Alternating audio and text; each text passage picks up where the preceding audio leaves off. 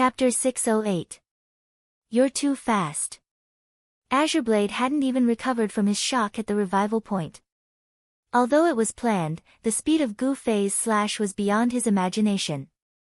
Especially under those circumstances, it was still able to hit him. Azureblade wasn't that kind. He wanted to use the Windchaser emblem to teleport the moment Gu Fei attacked. He might be able to fool Gu Fei. After all, it was impossible to not feel the pain of losing 40 levels. No matter how indifferent it was still the result of his hard work. In the end, Gu Fei's attack was too fast, especially when he could teleport.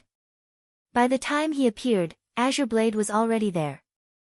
Azureblade didn't even have time to react before he died. Die a worthy death, Gu Fei comforted. Can I come back?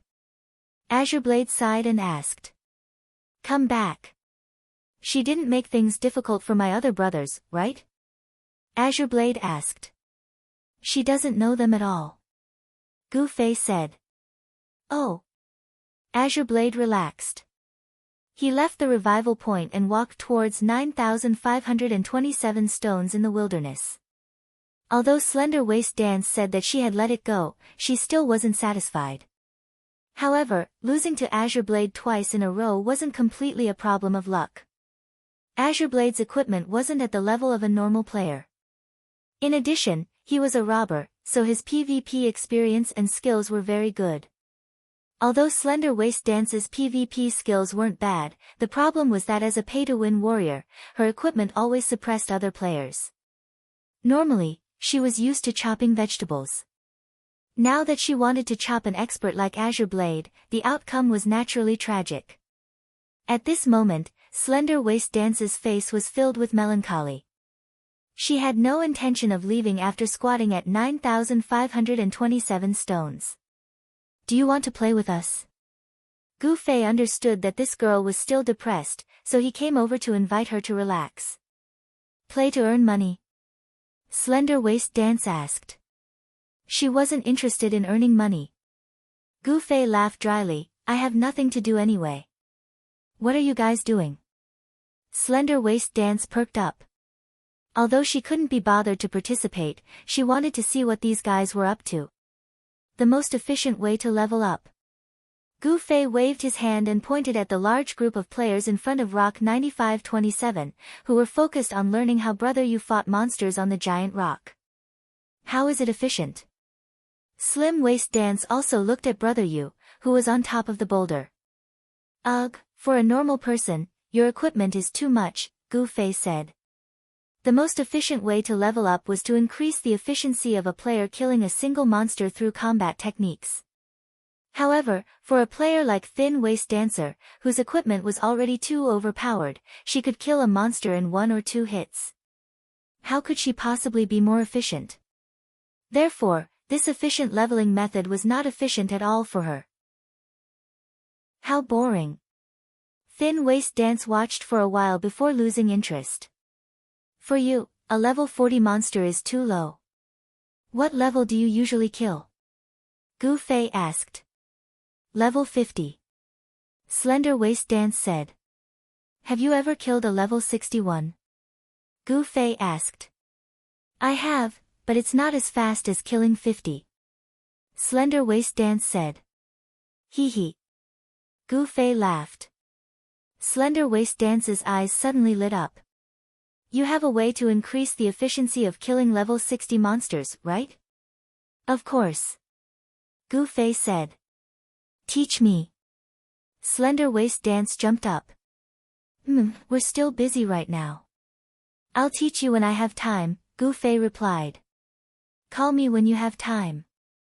Slender Waist Dance's gloominess was swept away. The ones who were gloomy were the experts who had heard the conversation between Gu Fei and Slender Waist Dance. Don't go too far with using level 60 monsters to level up. Everyone protested. If you want to learn, you can come. Gu Fei smiled. Was there anyone who didn't want to learn? Everyone enthusiastically signed up. In the end, Gu Fei added, first, change your stats to full agility. Our current agility is probably equivalent to your full agility, right? Sword Demon and Yutian Shinming asked. Unscathed in battle had tears streaming down his face. He knew that he definitely didn't have a chance. But... Yutian, I don't know how to use bow and arrow. If you change your weapon, your damage won't be able to keep up and it won't be very efficient. Gu Fei said. Although archers could also use weapons like swords and daggers, because of the weapon's coefficient requirement and the fact that archers had proficiency skill, bow proficiency, even if they were equipped with these weapons, their normal damage wouldn't be on the same level as warriors and thieves. In Gu Fei's current teaching activities, apart from the clerics who had extremely limited damage, the most tragic were the archers. After changing to normal weapons, their damage was much lower than the other classes, so their efficiency was naturally very pitiful. Yutian Shinming cried bitterly. When the last group of people came down, only Sword Demon could meet the requirements. Glue and the others weren't very interested in this matter. Yutian Shinming went over to ask. These guys weren't thinking about leveling at all. They just wanted to see how big the profits from this deal were. Call me when you're free. Slender Waist Dance had already recovered. After repeatedly reminding Gu Fei, he didn't want to waste any more time. Thus, everyone quietly waited for Southern Azure Sword to arrive before they officially started negotiating about the deal. The cooperation was a foregone conclusion. Next was the problem of how to distribute the profits. The 6 members of the child elite group were easy to negotiate among themselves. One of the main reasons was that they didn't really care about money.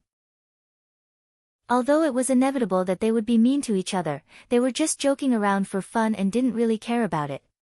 Usually, you would take 800 yuan, I would take 300 yuan, and everyone would laugh and scold each other. In fact, they wouldn't take it to heart. However, they naturally couldn't do that with Southern Azure Sword and the others. People played games for money, and they naturally couldn't be so careless in this aspect that was the most important. Therefore, after Southern Azure Sword arrived, he didn't mention anything about Slender Waist Dance at all, and went straight to the topic of cooperation. Thus, right in front of 9,527 stones, Brother Yu continued to teach, while 100-era Jingren was in charge of collecting fees from the new players. Behind the 9,527 stones, a group of fellows gathered together and secretly discussed how to distribute the money. Han family young master first reported the income of Brother Yu and 100-era Jingren from last night's 2 matches, as well as some income from today's messy activities. The amount of gold coins that exceeded 6 digits made Southern Azure Sword and the others extremely excited. Both sides had a very pleasant discussion. Southern Azure Sword and the others weren't greedy, and Gu Fei and the others weren't stingy either. Therefore, one side didn't mind taking less, and the other side didn't mind giving more. How could this kind of cooperation not be easy? However, after all, it was everyone's first time doing this kind of business. There were many details that couldn't be thought of at the moment. In the end, they decided to explore as they go, and seek development while exploring. For the first time, Southern Azure Sword and the others would be under Gu Fei's banner, and they would be the main force of the teaching team. The other matters would be temporarily handled by others, and if there were any major problems, they would discuss and solve it together. After the discussion, the teaching of 9,527 stones would be handed over to Brother Yu for the time being. Gu Fei and 100-era Jingren led Southern Azure Sword and the others to the White Mill for the next stop of preparation. Since the 7 of them were going to be in charge of teaching, they naturally followed Gu Fei and 100-era Jingren to learn what they needed to learn. In order not to make the mistake of inadvertently attracting the attention of the onlookers in the wilderness camp, they purposely found a corner with no one around, and Qianli practically kidnapped the mobs to learn from them. After the teaching, Gu Fei and 100-era Jingren had nothing to do, but Southern Azure Sword and the others still had to study hard. However, these guys' levels weren't mainstream, and they were still top-tier experts. They were much more receptive than ordinary players. Moreover, this time, they had a full range of classes, and the teaching was more comprehensive. For example, Gu Fei taught Flaming Jacket the melee fighting style of a mage step by step. After all, a mage couldn't use a sword to attack a level 40 monster, and that would be ineffective. Dual Flame Flash and Enchantment were the main damage output of a mage in a melee fight. Flaming Jacket was a little nervous while learning from Gu Fei. Every time Gu Fei attacked, Flaming Jacket would want to shrink back. He couldn't get used to the fact that Gu Fei's sword wasn't aimed at him even though he was right next to Gu Fei.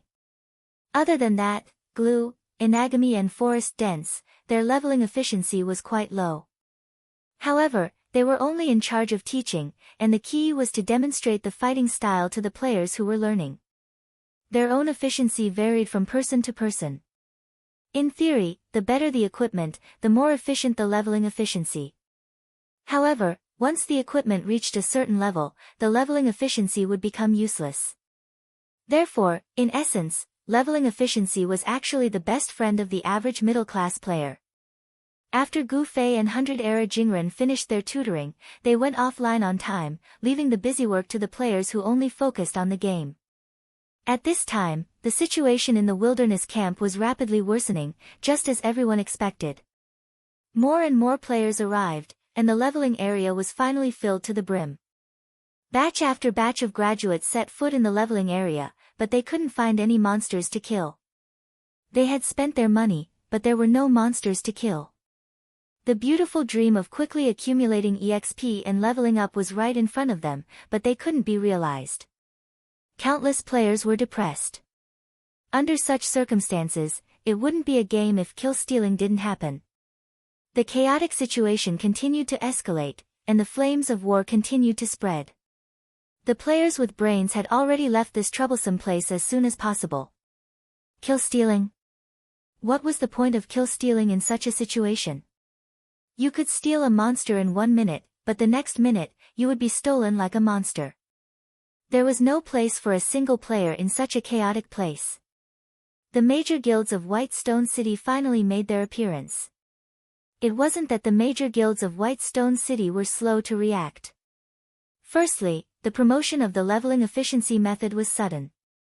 Secondly, the wilderness camp was a famous leveling area for solo players. The major guilds usually organized group leveling, so they had nothing to do with such a place. Perhaps there were also players who were passionate about solo leveling, but these people were naturally reclusive and unsociable. Or perhaps they wanted to train hard and amaze the world with a single brilliant feat when they discovered such a good thing. Not a single person reported it to the guild. As a result, during this period of time, many small teams gathered in the wilderness camp. However, these major guilds of White Stone City were slow to notice. The 3 largest guilds of White Stone City clearly came prepared. After entering the wilderness camp, there wasn't the slightest dispute. They very simply and directly divided the leveling area into 3 equal portions. At this time, the players who were muddle-headed and fighting for kills in the leveling area saw that the major guilds had intervened. They naturally understood that they had no chance of singing by themselves. But who was willing to give up so easily? There were those who wanted to try their luck and continue mingling in there. There were also those who immediately turned around and called for help.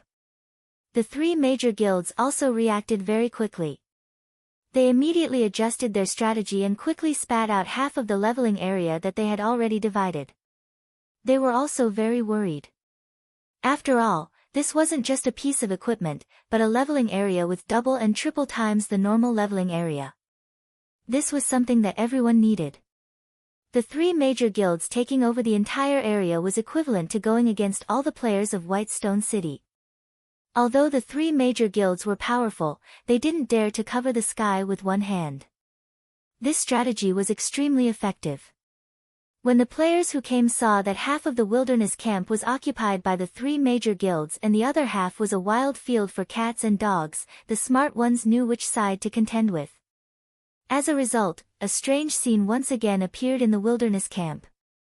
Half of the leveling area was divided into 3 portions, all of which were leveling in harmony and order. The other half was divided into countless portions and was constantly being redivided.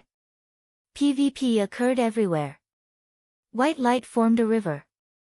Flames, whirlwinds, sap, all of these filled every inch of this half. All of this happened in this short night. The fellows of the child elite group had long since tactfully left the wilderness camp. After the guild entered the wilderness camp, the teaching business basically didn't have the space to exist.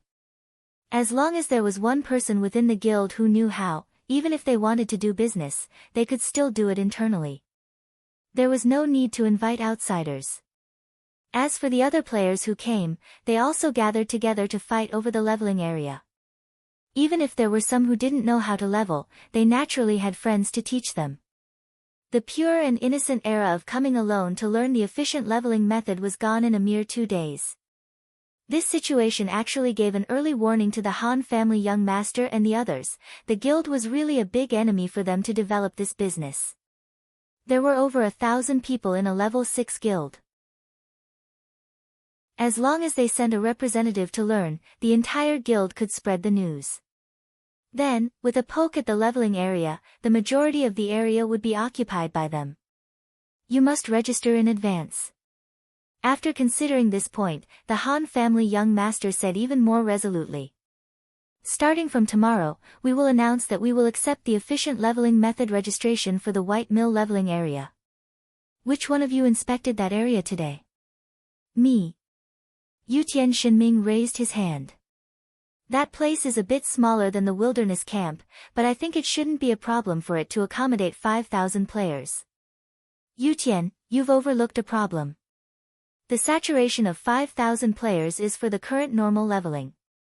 But when the players all master the efficient leveling method, the current situation looks like the average efficiency will double. In other words, the time it takes to kill one monster can now be used to kill 2 monsters. In other words, if a player needs to continuously kill monsters to level and needs 3 monsters to respawn, then after mastering the efficient leveling method, they will need 6 monsters. In this case, when the leveling area is saturated, the number of players needs to be calculated downwards. The White Mill should be calculated at 3,000. Brother Yu said. Yutian Shinming's expression was pained. Brother Yu, next time you can just say that I calculated wrongly. It should be 3,000. You don't need to tell me the reason. What's the situation at the wilderness camp? Han family young master asked Brother Yu. White Stone City's largest guilds, Winter, White Wind, and Tempest, occupy half of the area. These 3 guilds are all level 6 guilds and have a total of 3,150 players. But it's impossible for all of them to be online. I've roughly calculated that there should be around 2,500 players. Brother Yu said, 2,500 players?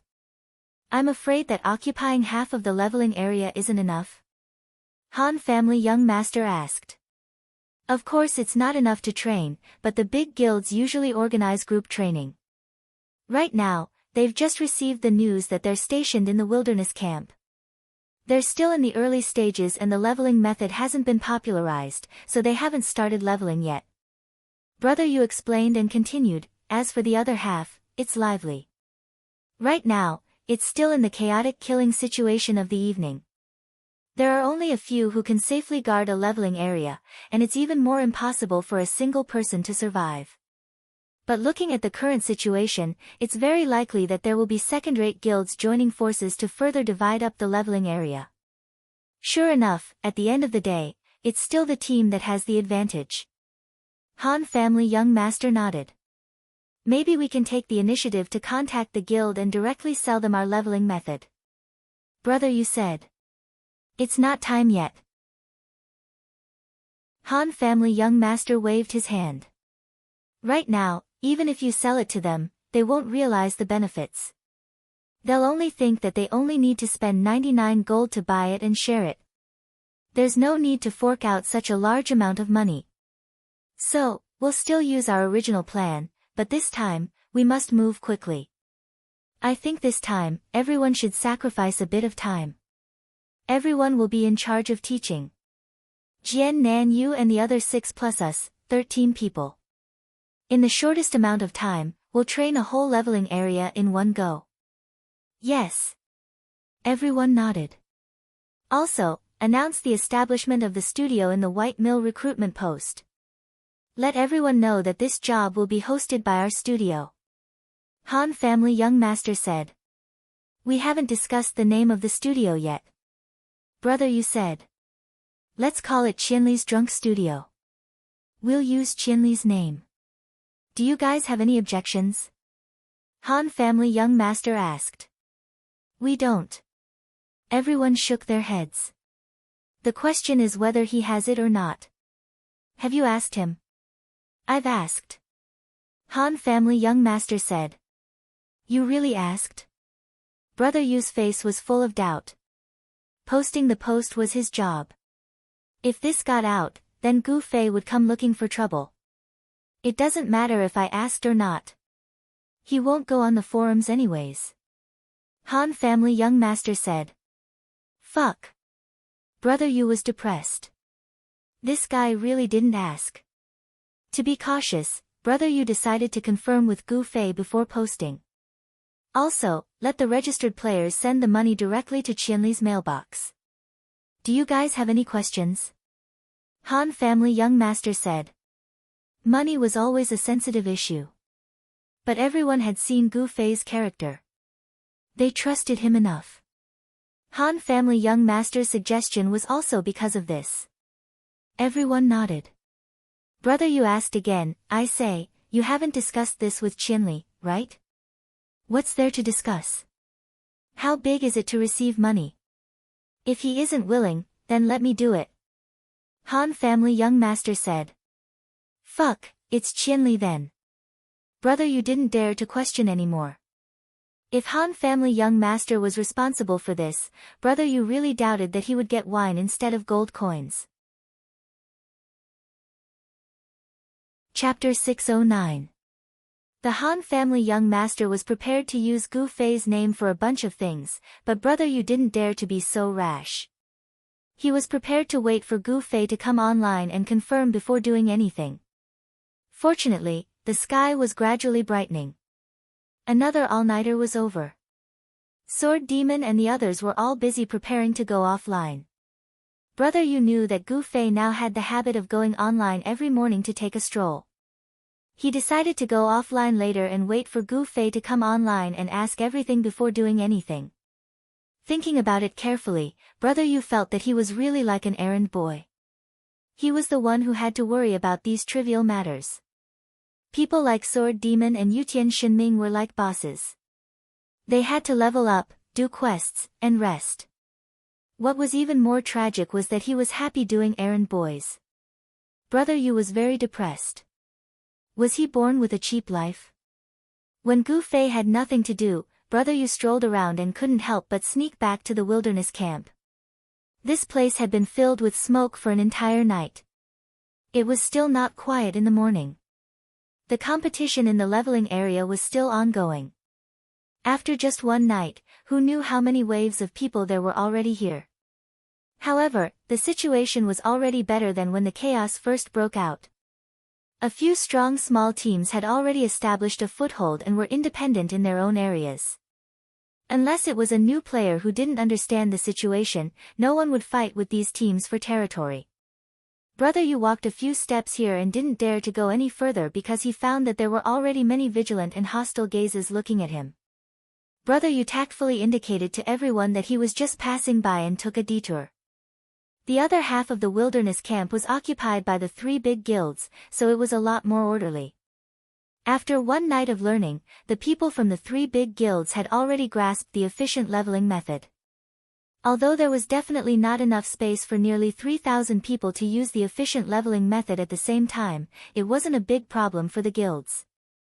The guilds could unify the allocation. People couldn't just level 24 hours a day, right? According to the 8-hour work schedule, everyone should be divided into 3 batches and take turns to practice. No one would be dissatisfied with 8 hours. This was already a crazy amount of time. Everyone had other lives in the game, and leveling wasn't everything. Brother Yu was hoping that both parties would log off and take a break, so that he could take advantage of the opportunity to earn some extra money. But after seeing the situation, he decided not to. It was obvious that the players who had successfully occupied the leveling area were unwilling to give it up, especially Zhang Luan's half, who had only managed to gain a foothold after a night of killing. Brother Yu suspected that they were prepared to train until they ran out of stamina. After walking around like this, Brother Yu finally returned to the main city. He didn't sleep much yesterday, so he was very sleepy now. Especially now that he had nothing to do, the boring wait made him even more tired. Brother Yu had already decided to ask Gu Fei for a realistic contact number. At least he wouldn't have to suffer anymore. He was helpless. There was a system notification on his friends list. Brother Yu saw that it was Gu Fei online. He hurriedly sent a message as if he was afraid that Gu Fei would run away. Morning. I haven't rested yet. Gu Fei replied. I'm waiting for you. Brother Yu said. What is it? Gu Fei asked. Give me your number. Brother Yu thought about it from a long-term perspective and made this a priority. What for? Gu Fei was curious. You're always online. Look, if I want to find you, I have to wait like this. It's too tiring. It's more convenient to give me your number. Brother Yu said. Oh. Gu Fei smiled and gave Brother Yu his number. Brother Yu felt like he had finished a big thing. After writing down the number, he said, the studio is ready to announce the establishment of the studio. We plan to call it Qianli's Drunk Studio and use your name. Is there a problem? This. Then when there's any business, won't everyone contact me? I can't do it. Gu Fei said. That's not a problem. We can just talk about the contact person. Brother Yu said. Oh, whatever. Gu Fei said. Also, everyone is prepared to let you be in charge of the collection. Brother Yu said. Why? Gu Fei asked. If you do it, everyone will be more at ease. After all, you're the one who brought them up. Brother Yu said. Oh. Gu Fei still didn't say anything. If you don't have any objections, then we'll do it. Brother Yu said.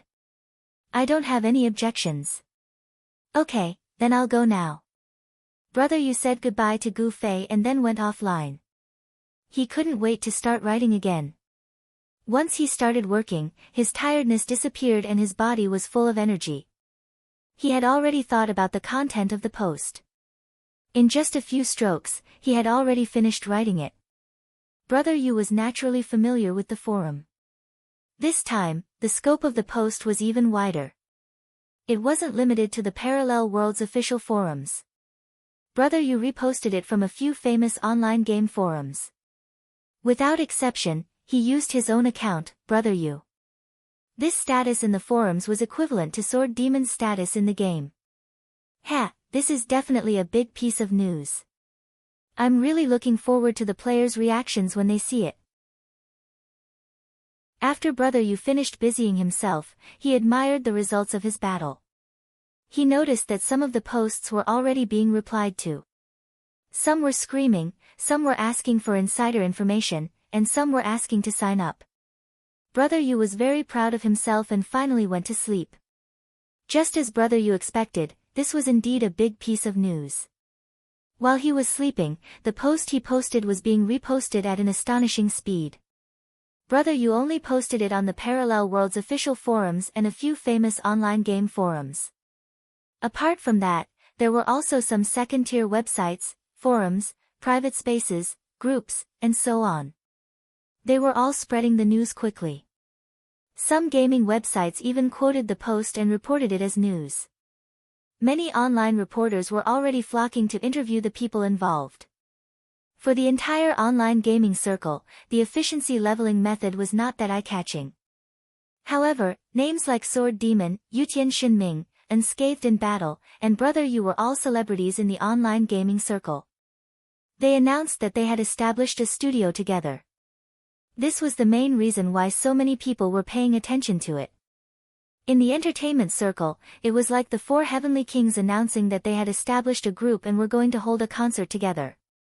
As for the name Qianli Drunk, although it was terrifying in the parallel world, he was still a rising star in the online gaming circle. In terms of popularity, he was slightly less famous than South Ranger. Although South Ranger was not a famous expert, he had a very good reputation among the professional players. He was famous for being honest and reliable. Brother Yu deliberately used his name to add to the credibility of the studio.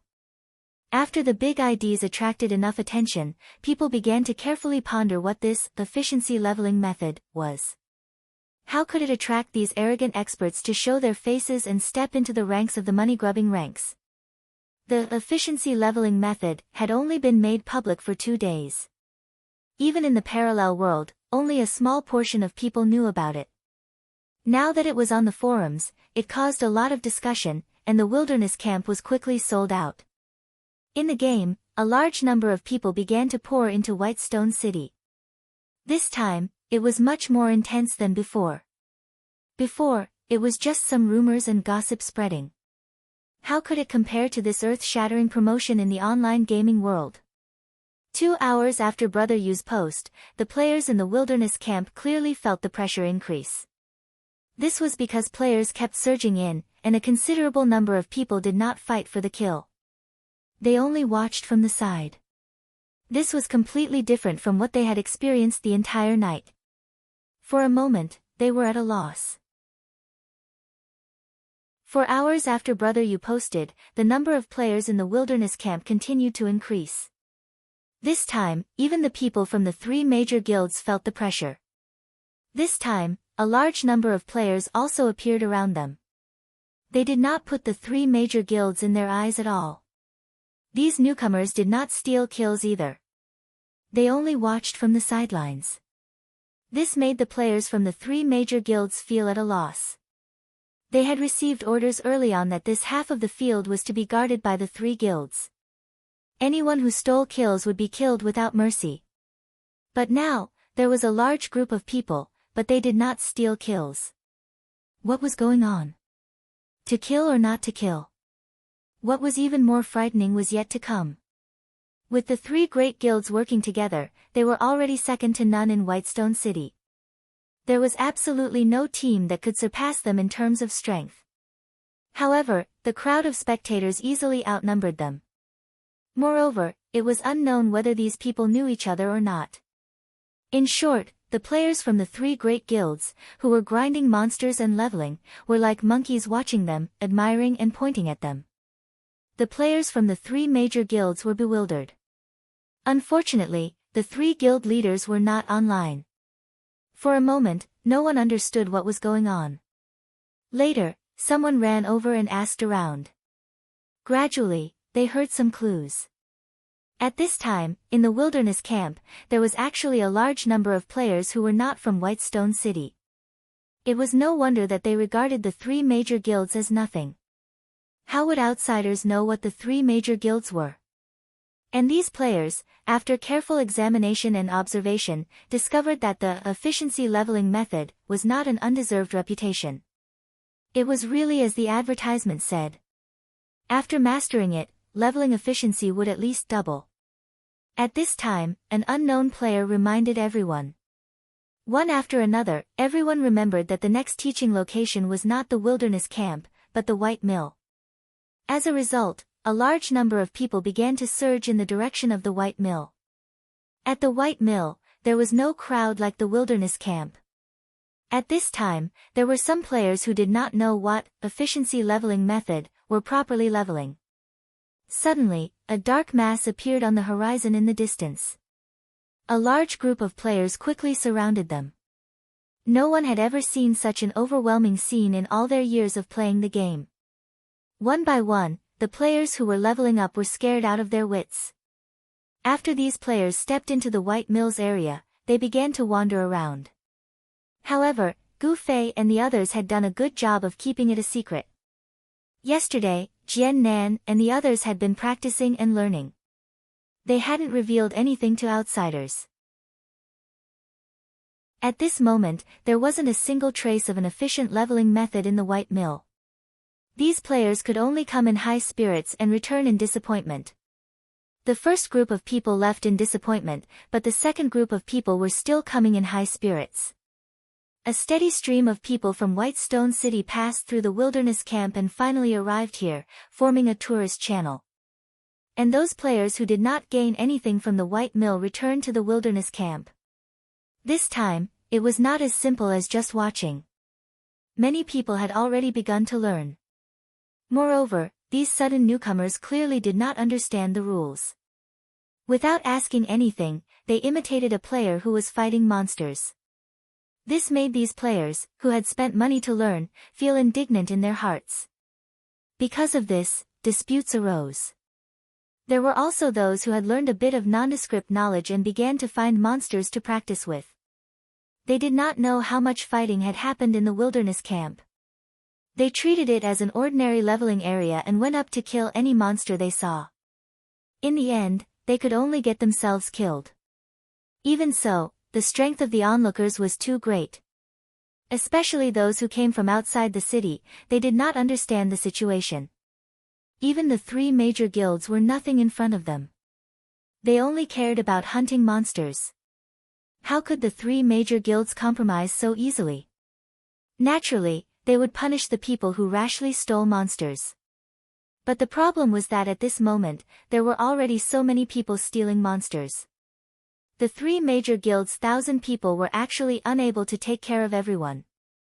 They looked to the east, and then the west was stolen. These players did not know each other at all. They also ignored the people around them. There were people being killed, but here they were still looking for monsters.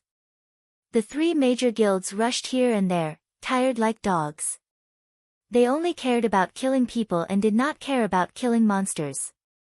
In the end, half of the leveling area that they occupied was forcibly eaten up. The people of the three major guilds were completely at a loss as they were surrounded. They were already busy to this extent, but the surrounding players did not have the slightest bit of hostility towards them. Only now did they realize that these people did not even know that the three major guilds had already taken over this area. Those who stole monsters without permission would die. They wanted to quickly announce this matter, but looking at this vast sea of people, they finally became timid. At this moment, half of their leveling area was already filled with at least 10,000 players. Let alone the fact that they didn't even have 1,000 players. Even if the three great guilds were here, they would still have to think twice before dealing with this situation. At this moment, the number of people in the leveling area continued to increase. The first to arrive were all White Stone City locals. Then, the people from the nearest main city arrived. Then, the people from the further main city arrived. Then, the people from the further main city arrived. Gu Fei, who was supervising the leveling of the students in the level 35 leveling area, saw the endless stream of people rushing towards one direction. His heart was filled with astonishment. From what he remembered, the only time this many players had gathered in one place was during the entrance to the competition. Gu Fei was looking over here. One by one, the students discovered this strange scene. They also stopped leveling and gathered around Gu Fei. One by one, they stretched out their necks to ask what was happening. I don't know. Gu Fei said. Let's go take a look. A student suggested. What are you looking at? Train properly. Gu Fei said. Teacher. A student said timidly. This is a game, not a class. Gu Fei was startled. He realized that his role was a bit out of place. These past few days of supervising the students to learn how to kill monsters efficiently, it really felt like a class. They actually treated leveling as part of their learning. Thinking of this, Gu Fei couldn't help but laugh at himself. He hurriedly changed his words. Let's go take a look. The students followed Gu Fei towards the crowd. At this time, Gu Fei followed the winding direction of the crowd. Gradually, 9,527 stones appeared in his vision. He was startled. He faintly felt that this matter might have something to do with the teaching they were doing. As he led the students forward, he suddenly felt that someone in the crowd was sizing him up. Following his senses, he saw a male and female player staring at him. The two discovered that Gu Fei had seen them. They didn't avoid him and simply walked out from the crowd to greet Gu Fei. Gu Fei didn't move. He already put one hand into his pocket and touched the Night Streamer sword. He extended his other hand and signaled for the students to stop. "What's wrong, teacher?" After a student asked, he also immediately noticed the male and female walking towards them. The two of them were very observant. Noticing Gu Fei's wariness, they immediately stopped in their tracks. The male player smiled and nodded, indicating that they were not hostile. In the end, they saw a disappointed expression on Gu Fei's face. This made the two a bit confused. In this situation, the two still walked forward. When they reached Gu Fei, they asked, "Excuse me, are you Qianli drunk?" "That's me." Gu Fei nodded. "Ah. Hello. We're online reporters from Fun Gaming Network. I didn't expect to see you here." The two immediately lost their calm and became excited. "What?" Gu Fei's eyes widened. He thought he heard wrong. "We're online reporters from Fun Gaming Network. I'm Duo Mu, and this is Mu Duo." The male player introduced himself again. "Reporters?" Gu Fei was still wondering if there was something wrong with his hearing.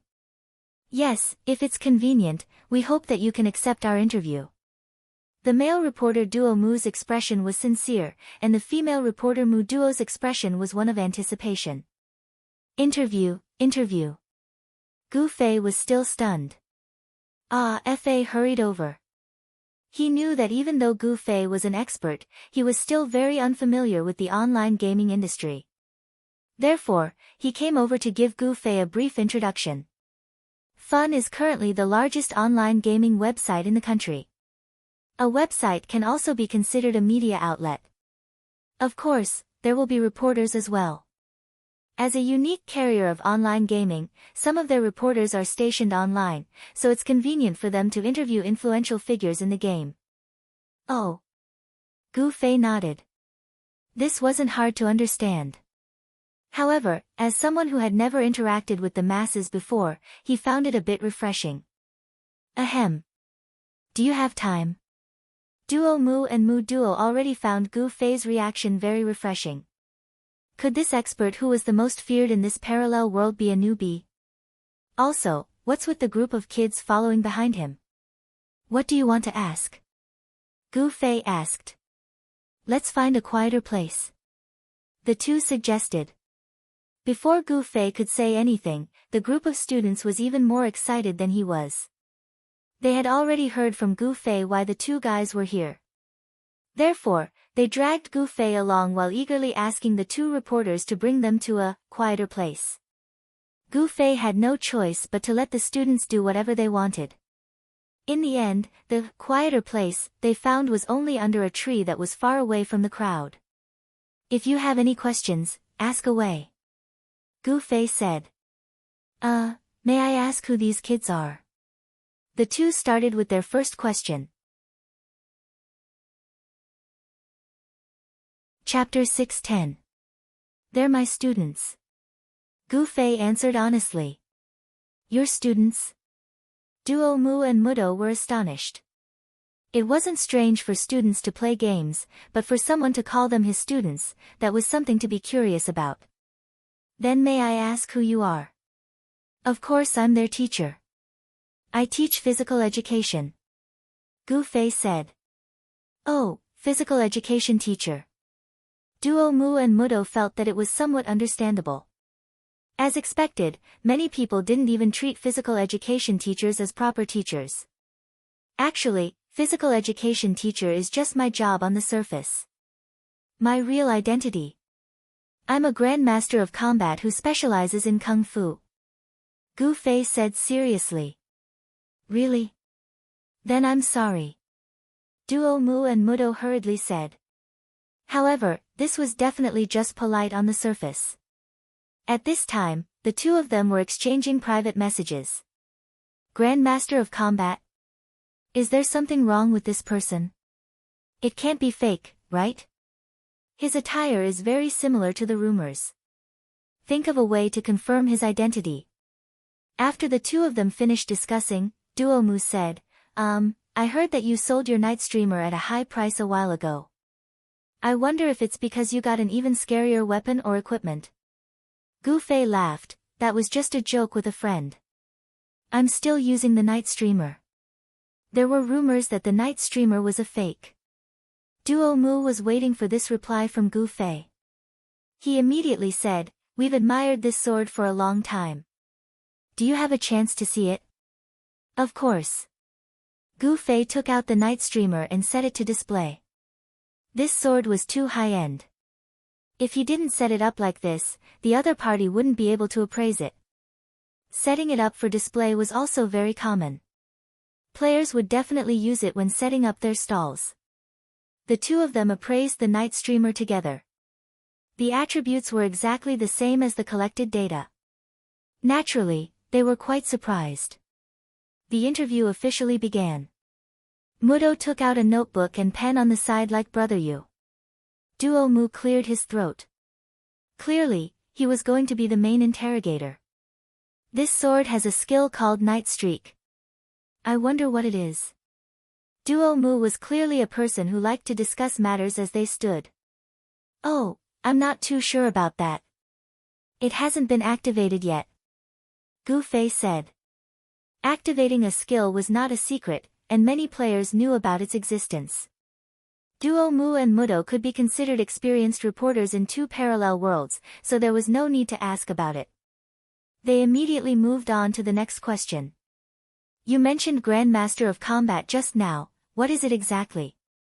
Now that he had confirmed Gu Fei's identity, he had to understand these words that were previously regarded as crazy talk. Even if they were to report that Gu Fei was a lunatic in the future, they would still need evidence. Oh, I was born in a martial arts family and have been practicing martial arts since childhood. Gu Fei said. This must have something to do with your PvP skills in the game, right? Of course. Gu Fei nodded. Can you show us a move or two? The two asked. Our teacher's sword is used to slash people, not to perform. Fei's arrogant answer next to Gu Fei caused Duo Mu and Mudwa to be stunned. Could it be that he really is a legendary martial arts expert? In the end, they saw Gu Fei turn his head and glare fiercely at Fei. Get away from me. After yelling, he said to the two embarrassedly, I'm sorry, kids don't know any better. What do you want to see? The two were startled.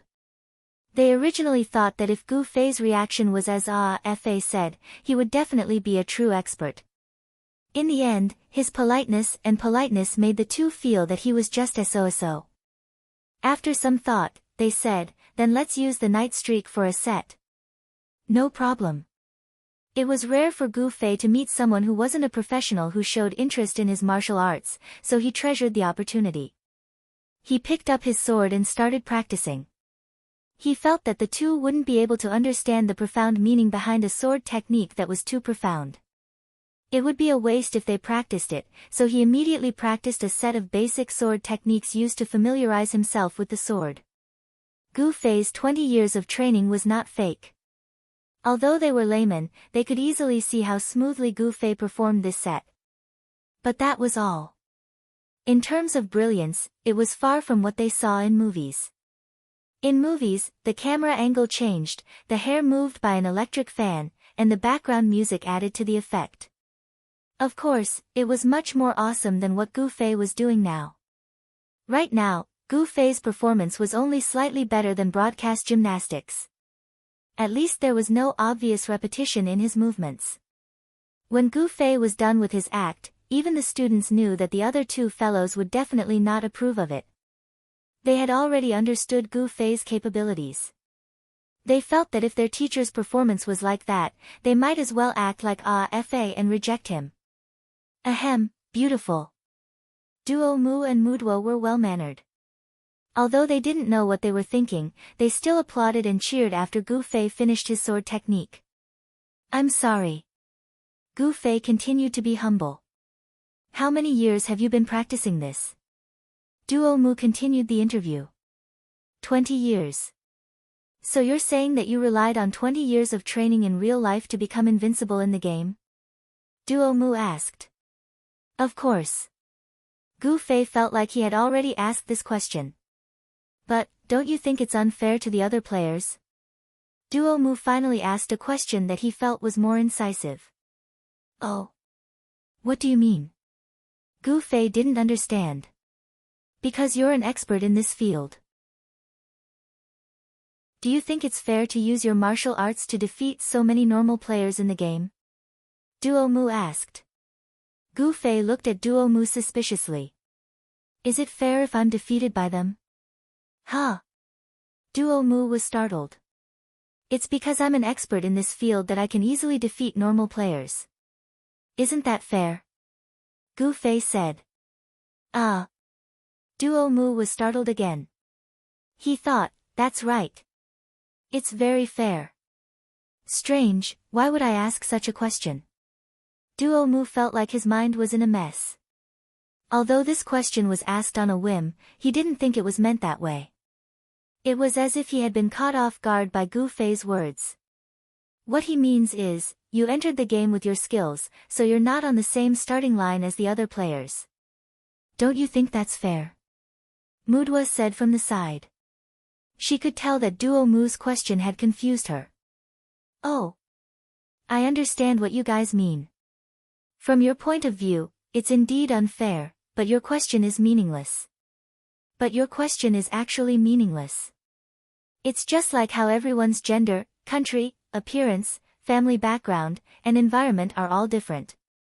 Because of this, everyone's life has never started at the same starting line. Online games are a virtual life, so this is similar. Characters are created from the very beginning, but because of various factors, everyone is not on the same starting line. For example, some people only have time to play for 2 hours a day, while others can play for more than 10 hours. Isn't that also unfair? Mudwa quickly recorded everything Gu Fei said.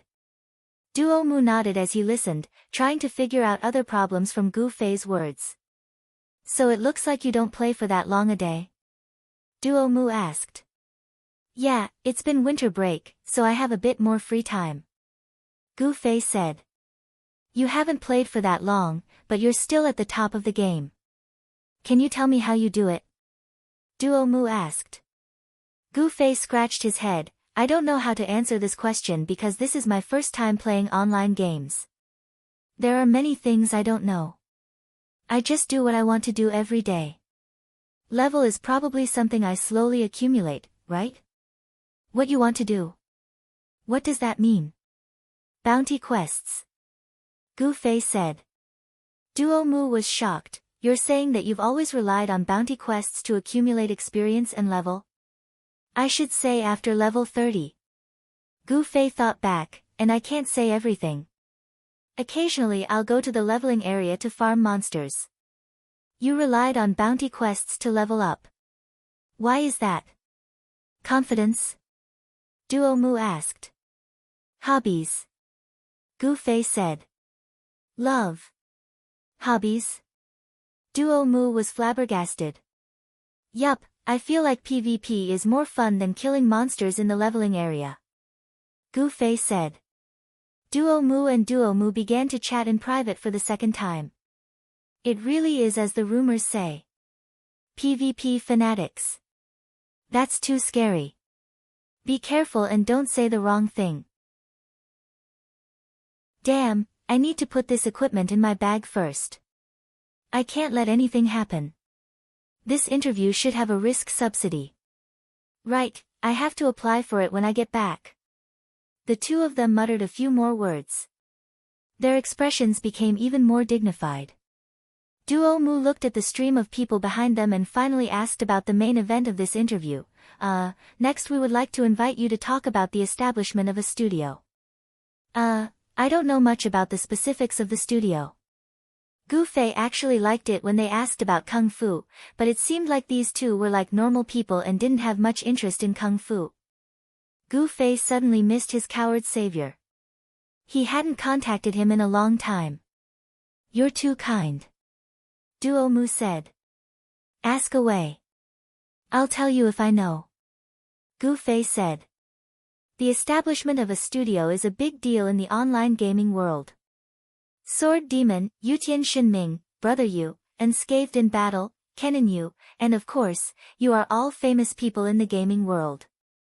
May I ask how you guys came up with the idea of establishing a studio together? Duo Mu asked. Why did they want to establish a studio? This was something that the Han family young master had analyzed on that day. It was because in the current situation, this was the most effective way to earn money. Gu Fei of course knew that this was something that could only be said within the group. It wasn't convenient for him to say it out loud, especially in front of his friends who seemed to be the media. He thought for a moment and said, originally we were just a mercenary group, just playing around. Then we had nothing to do, so we established a studio. This was the same as saying nothing. Duo Mu thought for a moment and said, the current method of fighting monsters with high efficiency, was it developed by you with your martial arts? That's right, not just me, but also 100 Lives Classic. Gu Fei said. 100 Lives Classic is also a grandmaster of combat? Duo Mu hurriedly asked. Yes. The same as me. Gu Fei said. Oh, then how did you guys come up with the idea of selling this method of fighting monsters to earn money? As far as I know, there has never been such a business in the online gaming world. Duo Mu asked. It's mainly because the living space of martial artists like us is very limited. We accidentally discovered that we could use our strengths in the game. This method of leveling was also accidentally discovered, and attracted the attention of many players. That's how we came up with this idea. Gu Fei said. After that, because we didn't have enough manpower, we found a friend to cooperate with us. Yes, it was because of this that we finally established a studio. Gu Fei answered the previous question in passing and was very satisfied. So that's how it is. Then can you let us have a look at this efficient leveling method first? Duo Mu asked. No problem. Gu Fei waved his hand. Fa, go pull a small monster over. Pull it here. The two were startled. What's going on here? This place is very far from the White Mill. The two were shocked. The efficient leveling method isn't just for the White Mill leveling area. We will gradually develop every leveling area. The method will vary depending on the monster, but the efficiency will be about the same. I'll use the small monsters here to demonstrate it to you. Gu Fei said. Oh. The two replied. Fa had already pulled a small monster over. This kid really loved to show off.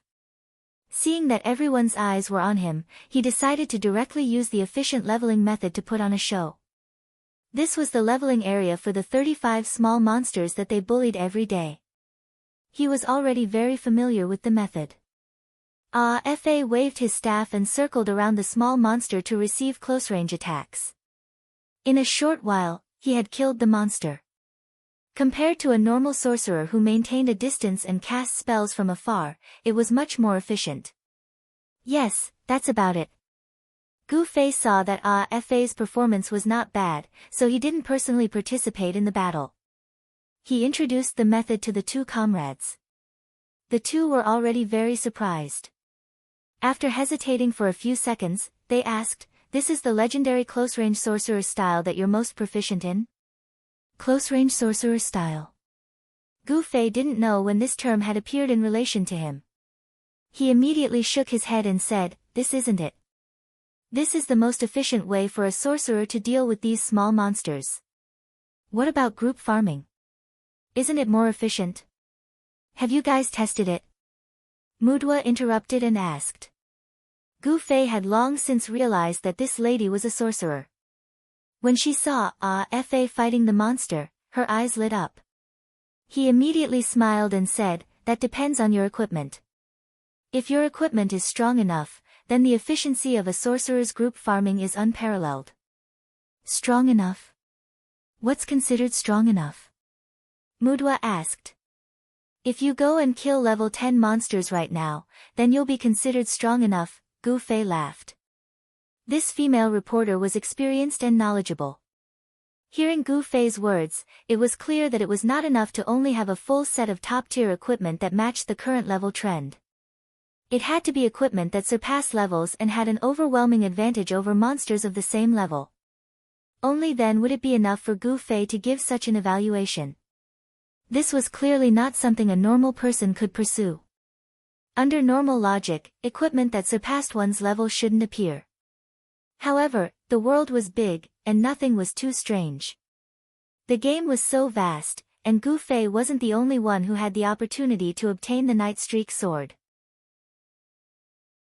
Therefore, equipment that surpassed one's level could only be obtained through various coincidences or errors. If the person in question wanted to use it, then they definitely wouldn't give it up. Even if they had to give it up, it wasn't something a normal character could bear. Then when will you start teaching at the White Mills leveling area? Mudwa asked. We'll start when the number of people sign up is enough. Gu Fei said. How many people is enough?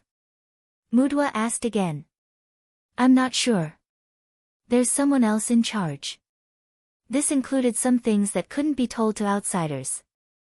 Gu Fei wasn't stupid enough to say it out loud. Oh, then can I sign up now? Sure. I'll sign up. Mudwa hurriedly said, 99 gold. Gu Fei said. Mudwa didn't hesitate to hand over a bag of money. They had obviously made preparations before coming to the interview. They knew how to sign up and how to pay. Cough. Mudwa coughed on the side. Mudwa remembered that they were here for an interview. He hurriedly returned to his original state and signaled for Mudwa to continue. Are there any other questions? Gu Fei also looked at Mudwa. Mudwa took out a bag of money and handed it over to Gu Fei. I'll also sign up. Cough. This time it was Mudwa's turn to cough. Gu Fei smiled as he accepted the bag of money and said to the two, pay attention to your emails these few days. I'll send you an email when the time comes. Okay. The two nodded their heads.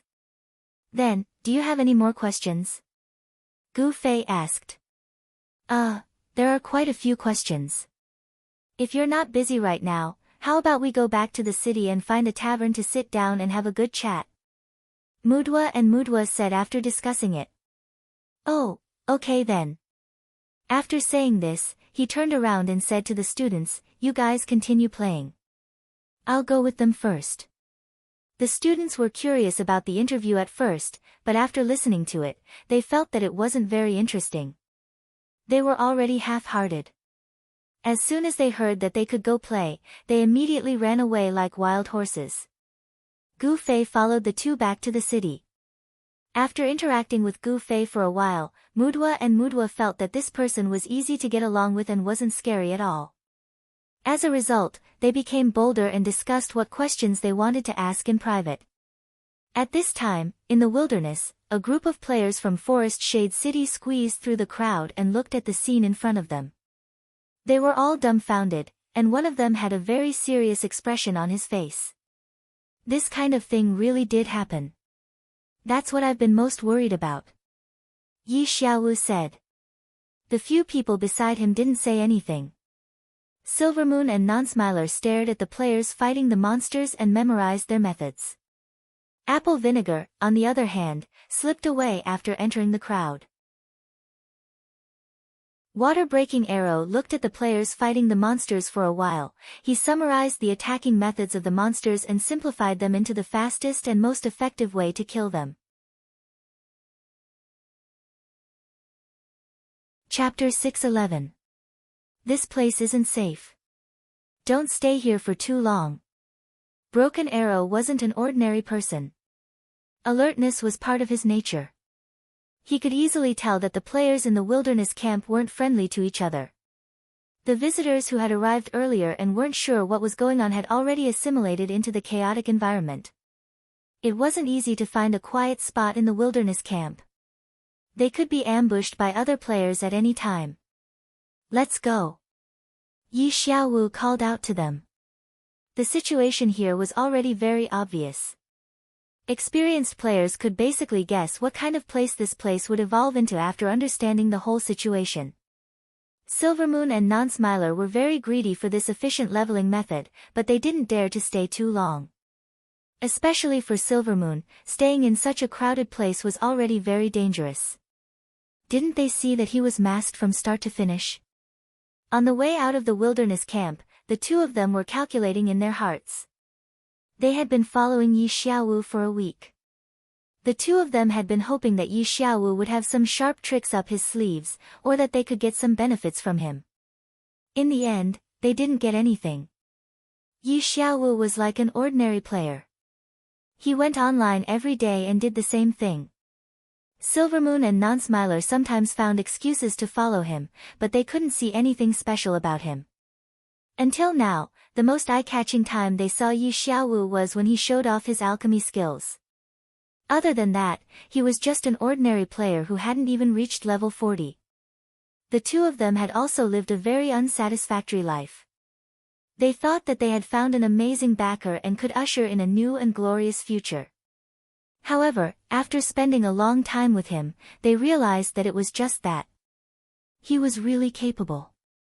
After so long, they didn't even see a mercenary group, let alone a guild. The two of them had been following him silently.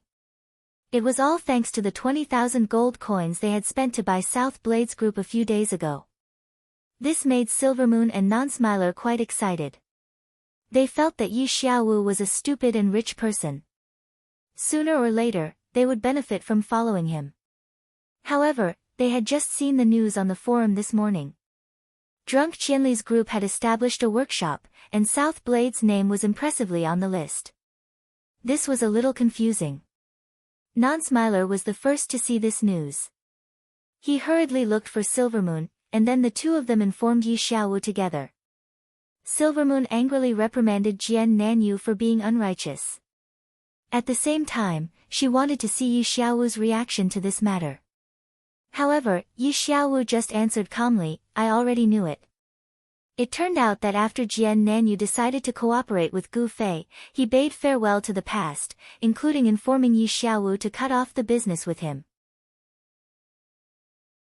At that time, Jian Nanyu was rather glad that he didn't take a deposit for the 20,000 gold coins transaction.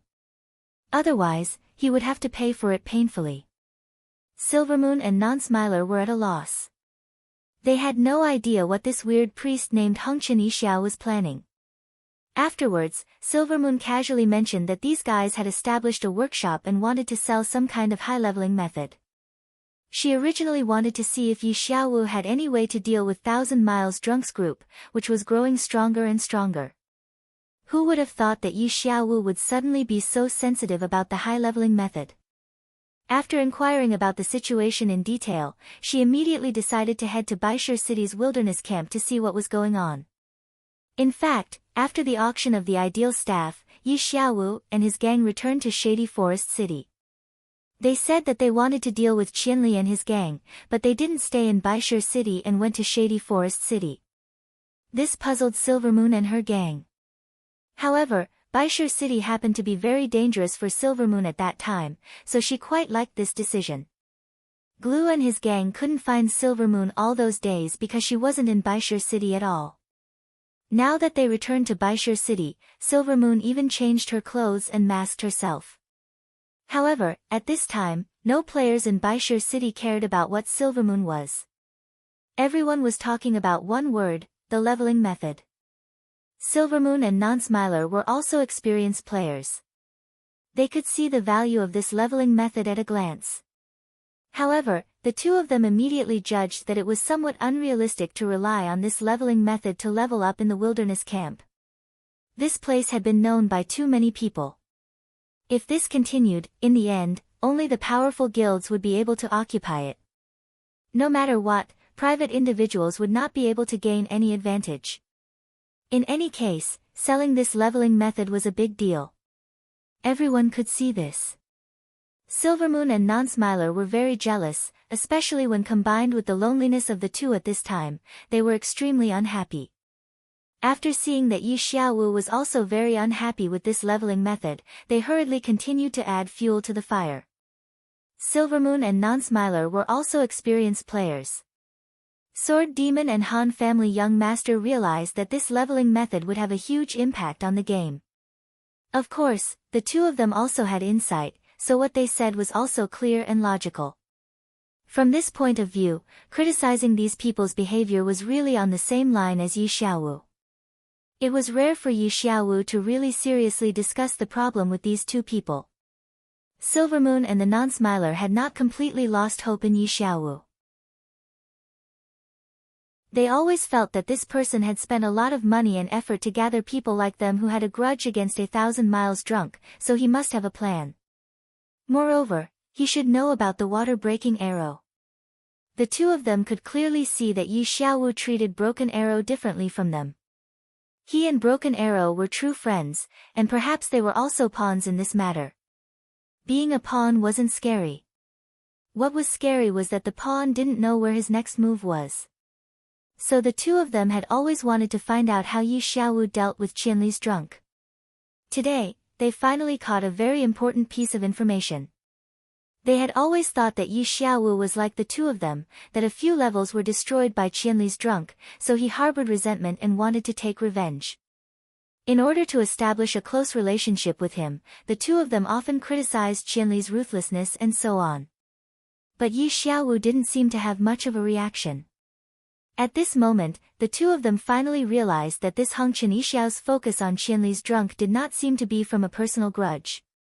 He seemed to be very concerned about some of the damage that Qianli's drunk's actions would cause to this parallel world game. Could this guy really be someone from the game company? Silvermoon and the non-smiler began their private chat again. They had this suspicion for a long time, but they couldn't be sure. After all, everyone knew that people from the game company prohibited their own games. If he's not from the game company, why would he care so much about this kind of thing? The non-smiler said. Mental illness? Silvermoon guessed. I think he's quite normal. The non-smiler wiped his sweat. Don't you think he's usually secretive, as if there are some things he doesn't want us to know? Silvermoon asked. Kind of, a little. The non-smiler didn't dare to be sure. Do you think he's originally someone from the game company, and then left? Silvermoon's guess was close to the truth. If that's the case, why would he still care so much about the game? The non-smiler asked. That's true. Silvermoon agreed with the non-smiler's question. For these two extremely selfish guys, Yi Xiaowu's behavior of stubbornly protecting the game at the expense of his own self was something they couldn't imagine. The two muttered for a long time but couldn't come to any conclusion, so they could only continue to find Yi Xiaowu to get some information. But now that they had a deeper understanding of Yi Xiaowu, for these two guys who were good at dealing with people, it was easier to strike up a conversation with him. 1,000 miles drunk's irresponsible behavior, we must think of a way to stop it, Silvermoon said. That's right. The non-smiler enthusiastically followed. N. Yi Xiaowu responded faintly. While Silvermoon and non-smiler were whispering to each other, Yi Xiaowu and Broken Water Arrow were also secretly passing on the news. These two guys, you don't really believe their attitude, do you? Water-breaking Arrow asked. Only ghosts would believe it. Yi Xiaowu said, how many more days does old Kai need? About 4 days, that's already the limit. Water-breaking Arrow said. It's been hard on him. I've inquired about the announcement of Qianli's studio. Their next step is to continue teaching at the White Mill, and they're currently accepting applications. But looking at the enthusiasm of the players, I'm afraid their matter will progress very quickly. In 4 days, they might have already finished teaching at the White Mill and moved on to the next place. Water-breaking Arrow said. I didn't expect this guy to reach this level so quickly. What's the fuse for this matter? Why did he suddenly want to announce this to the outside world? I think with his level, he should have already mastered this kind of playing method. Yi Xiaowu muttered. Who knows? Water-breaking Arrow also couldn't answer. At present, the wilderness camp has been destroyed by him. White Mill, if we can delay and save it, we should try our best. Yi Xiaowu said. As long as we fight for these 4 days. Water-breaking Arrow said firmly. Yi Xiaowu didn't speak again and just nodded. On the other side, Silvermoon and Non-Smiler were still vigorously denouncing Gu Fei's behavior, hoping that Yi Xiaowu could follow up and then take the opportunity to reveal his plan. In the end, Yi Xiaowu just said, indifferently. They didn't know whether or not he had listened to what the two said. Silvermoon really couldn't hold back and finally couldn't help but say, if there's anything you need us to do, just say it. Non-Smiler was startled because from the beginning, the two had decided to fish in troubled waters and resolutely not be the vanguard. But at this time, Silvermoon suddenly volunteered, and not only did he invite himself, but also, that dragged Non-Smiler along. How could he not be anxious? For a moment, Non-Smiler didn't treat Silvermoon as a comrade anymore. He thought to himself, you're only level 30 now.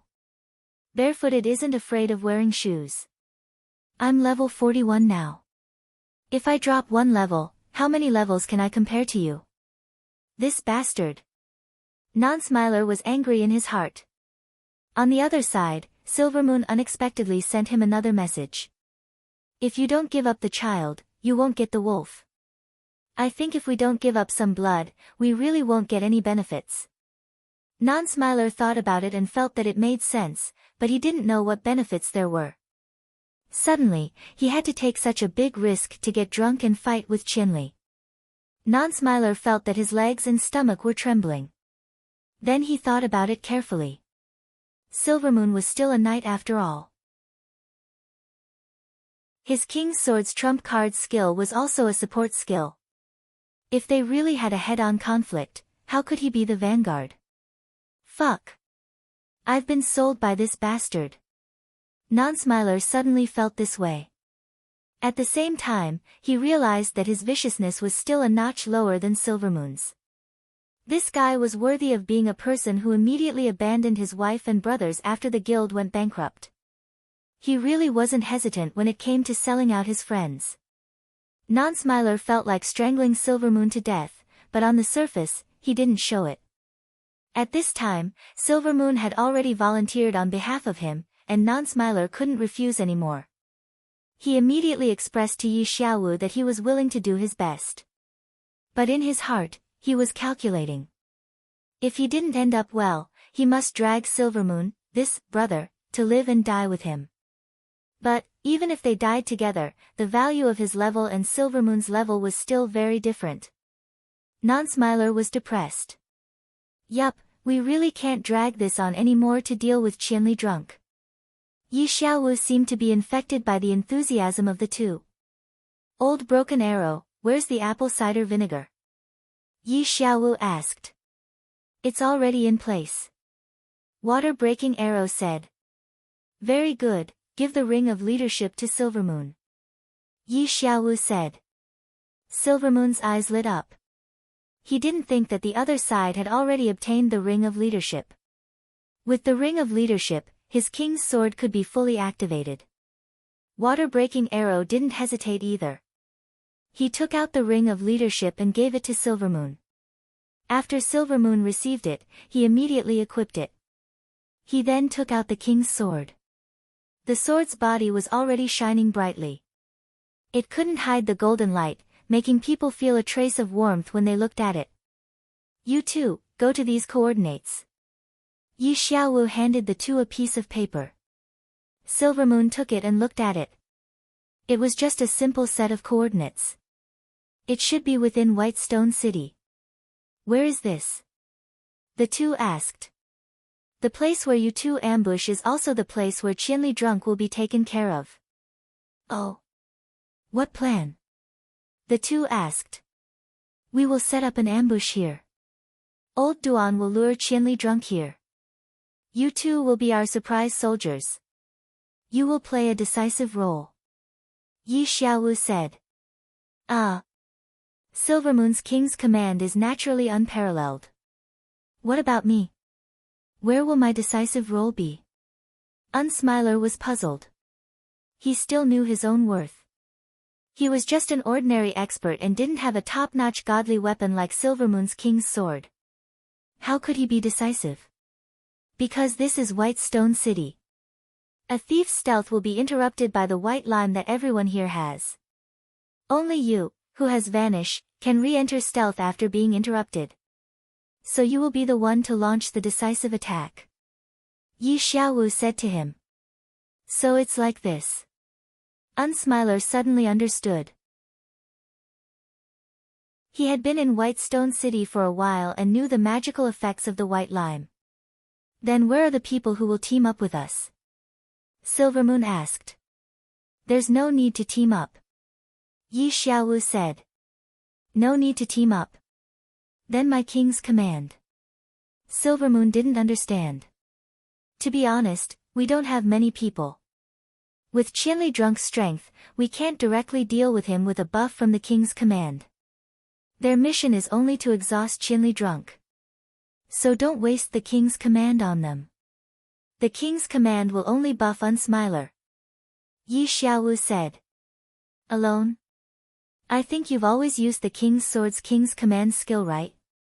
Yi Xiaowu laughed. Yeah, why?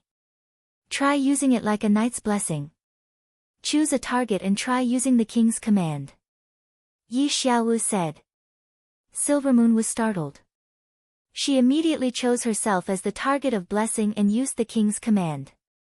When she looked at her own stats, she was so shocked that she couldn't close her mouth.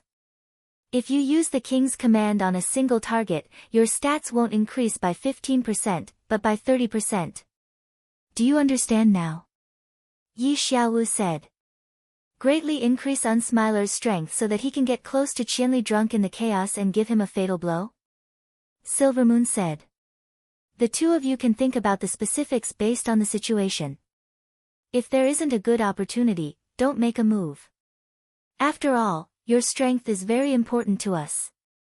We can't afford to lose any more of you. Yi Xiaowu said. The two of them were comfortable from head to toe. They had been wild dogs for a long time. They didn't know when they were last valued like this. However, their opponent was 1,000 miles drunk, so the two of them wouldn't let their guard down just because of flattery. Without laughing, he asked, perhaps this fellow 1,000 miles drunk has some sort of anti-stealth method. Perhaps he doesn't even need the white lime to discover my location, and a sneak attack might not succeed. Unsmiler's first heroic death was when Gu Fei saw through his stealth. The memory was still fresh in his mind. At this time, Water-Breaking Arrow came out to teach him a lesson. Qianli Drunk's anti-stealth doesn't rely on equipment, but on intuition. Intuition? That's right. It's through long-term targeted training that allows the body to sense the changes in the surrounding aura. This characteristic is simulated in the parallel world, so he can rely on intuition to find the location of the stealthy person. However, this intuition has a subjective condition. The target he can detect must be the target who is paying attention to him. I think you should understand. Broken Arrow said. I don't understand. Explain clearly. Unsmiler said. When approaching him, don't pay full attention to him. Remember his position and approach. If necessary, you can let Silvermoon give you some hints. In short, as long as you don't pay attention to him, you won't be discovered. When you get close to him, then make a move. By then, it'll be too late for him to capture your position. Broken Arrow said. So that's how it is. Unsmiler suddenly understood. And at this time, he's being besieged. There are many people paying attention to him. His intuition will also be a bit chaotic. He won't capture you too accurately, so you can rest assured. Broken Arrow said. So our chances of success are very high. Silvermoon said. It's all up to you too. Yi Xiaowu said. I have a question. Since it's like this, why do we need to set up an ambush? After we find Qianli Drunk, we can directly surround him. Unsmiler and I can wait for an opportunity to sneak attack. Isn't that the same? Silvermoon said. How is it the same? How do you know that Qianli Drunk is alone? Yi Xiaowu asked. Silvermoon stared blankly. He immediately thought of Gu Fei's terrifying friends. With our abilities, it's already difficult to fight against Qianli Drunk alone. If he has helpers, how can we succeed? So we must set up an ambush and wait for Qianli drunk to take the bait. Yi Xiaowu said. Chapter 6:12. Silvermoon and Nonsmiler both headed towards the coordinates Yi Xiaowu had indicated. The two each had their own ulterior motives, and for a moment, neither spoke. Nonsmiler didn't expect that he would shoulder the heavy responsibility of giving Qianli a fatal blow. Although he often fantasized about such a scene, when the opportunity was really placed in front of him, his first thought was nothing else but to retreat. At this moment, he only had one kind of mood, and that was to force a duck onto a perch. Would Qianli really fall so easily under his sword when he was drunk? Nonsmiler was very doubtful. He had to see the situation clearly, and if anything went wrong, he had to dodge immediately.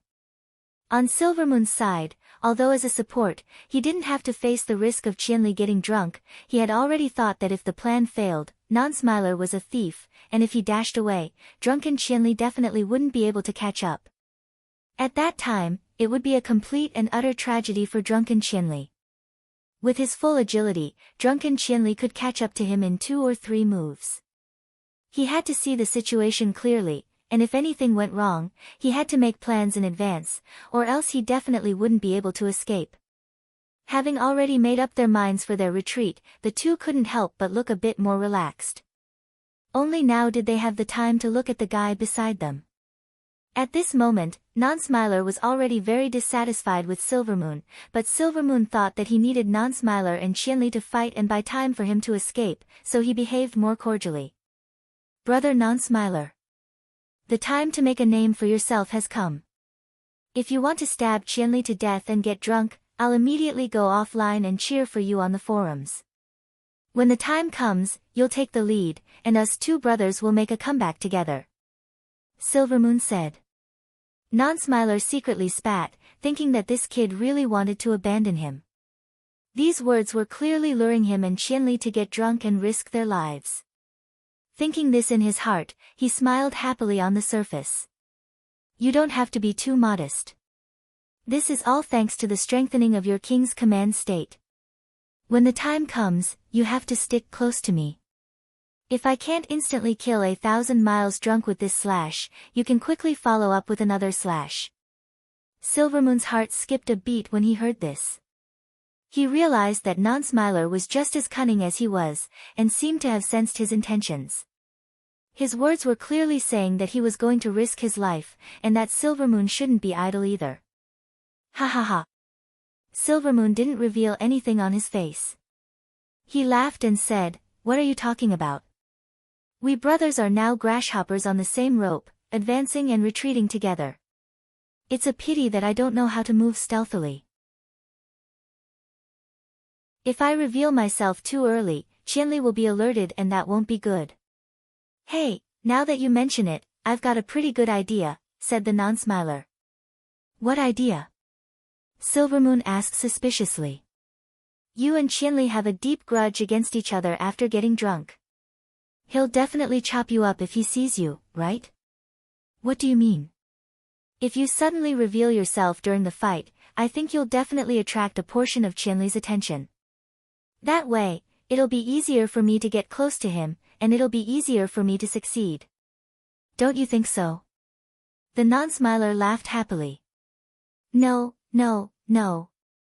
Qianli's attack speed is astonishing, and he can teleport. If I reveal myself, there's an 80% chance that he'll teleport over and kill me instantly. It won't even take a second. Even though I'm level 30 and dying once isn't a big deal, the problem is that I won't be able to attract his attention, and my king's command status will be gone. Won't I drag you into this, brother Nonsmiler?" Silvermoon said. "Brother Silvermoon, you've forgotten that there are other people lying in ambush. We have to consider the consumption of these people's attacks on Qianli. Qianli's drunken is an all-agility mage, so he doesn't have much mana. I think by the time we make a move, his mana will have pretty much been consumed. Teleportation, magic attacks, how can he use these without mana?" The Nonsmiler said. "Brother, we can't use common sense to speculate about Qianli's drunken." Silvermoon said seriously, who knows if he'll use spells to consume mana against those people. As far as I know, he didn't use any spells when he chased you, Brother Non-Smiler, right? Ha, at that time everyone's levels were still low. Besides, I'm just a small character, so of course I'm not worth him using spells. But times have changed. Brother Silvermoon also knows about the water-breaking arrows skill, right? How could Qianli deal with him as casually as he did with me when he was drunk? The Non-Smiler said. That's not true, brother, you see, these two guys had been so eccentric along the way. On the surface, they looked harmonious, but their words were full of sarcasm and even personal attacks. The two had the same thought, if there's an advantage, I'll take it. If there's a death, you can go. In the end, they were evenly matched. They discussed, peacefully, all the way to the coordinates without any results. It really was hard for the two to be so eloquent. This place. When they arrived at the location, the two finally stopped their secret battle for a while. Both of them began to observe the terrain. The Non-Smiler walked around and found that the street corner 200 meters away was actually the exchange hall. This was a super safe zone. The Non-Smiler looked back and saw that Silvermoon was still wandering around on another street. He hurriedly ran over and stopped him. After pointing to the street corner, he said sternly, "Brother, let's stop joking. That's the exchange hall. When the time comes to fight, if you find something wrong, don't worry about me. Hurry and come over here. I'll do my best to help you stall him for a while." Silvermoon was startled and tightly grasped the Non-Smiler's hands. "Brother, don't say anything." The Non-Smiler pulled out a hand and lightly patted the back of Silvermoon's hand. "With your level, if you drop again, I'm guessing you won't have the mood to play anymore. You must protect it. Just because of what you said, I can't drop again no matter what." Silvermoon nodded firmly. After the Non-Smiler also nodded, he immediately looked around and asked, "Have the other people lying in ambush arrived yet?" "I'll ask." Silvermoon said and sent a message to Yi Xiaowu, telling him that they were already in position but didn't see other people lying in ambush. "Hee, it seems like they hid it very well. You two didn't realize they were lying in ambush?" Yi Xiaowu said. "Where?" Silvermoon was at a loss. "Where exactly are you right now?" Yi Xiaowu asked. "At the corner of this T-shaped street corner. The coordinates you gave me are here," Silvermoon said. "Then, look southeast," Yi Xiaowu said. Silvermoon looked southeast. "Look at what? What's over there?" Yi Xiaowu asked. Silvermoon suddenly understood. "The two stalls on the street corner?" "Yes," Yi Xiaowu said. Silvermoon pulled back the Non-Smiler and pointed to the two stalls. "On our side?" the Non-Smiler asked. Silvermoon nodded. "These two guys aren't even level 40. The Non-Smiler frowned. Silvermoon asked Yi Xiaowu this question. Yi Xiaowu only lightly replied, "You aren't level 40 either. You're also a very important person." Silvermoon immediately understood. Level wasn't the key. The key was probably what special skills these two had. Just like his King's Command and Non-Smiler's Disappear, these were skills that normal players didn't have. They had obtained them for special reasons. These skills themselves didn't necessarily have any abnormal power, but the key was that they existed outside of normal players' knowledge.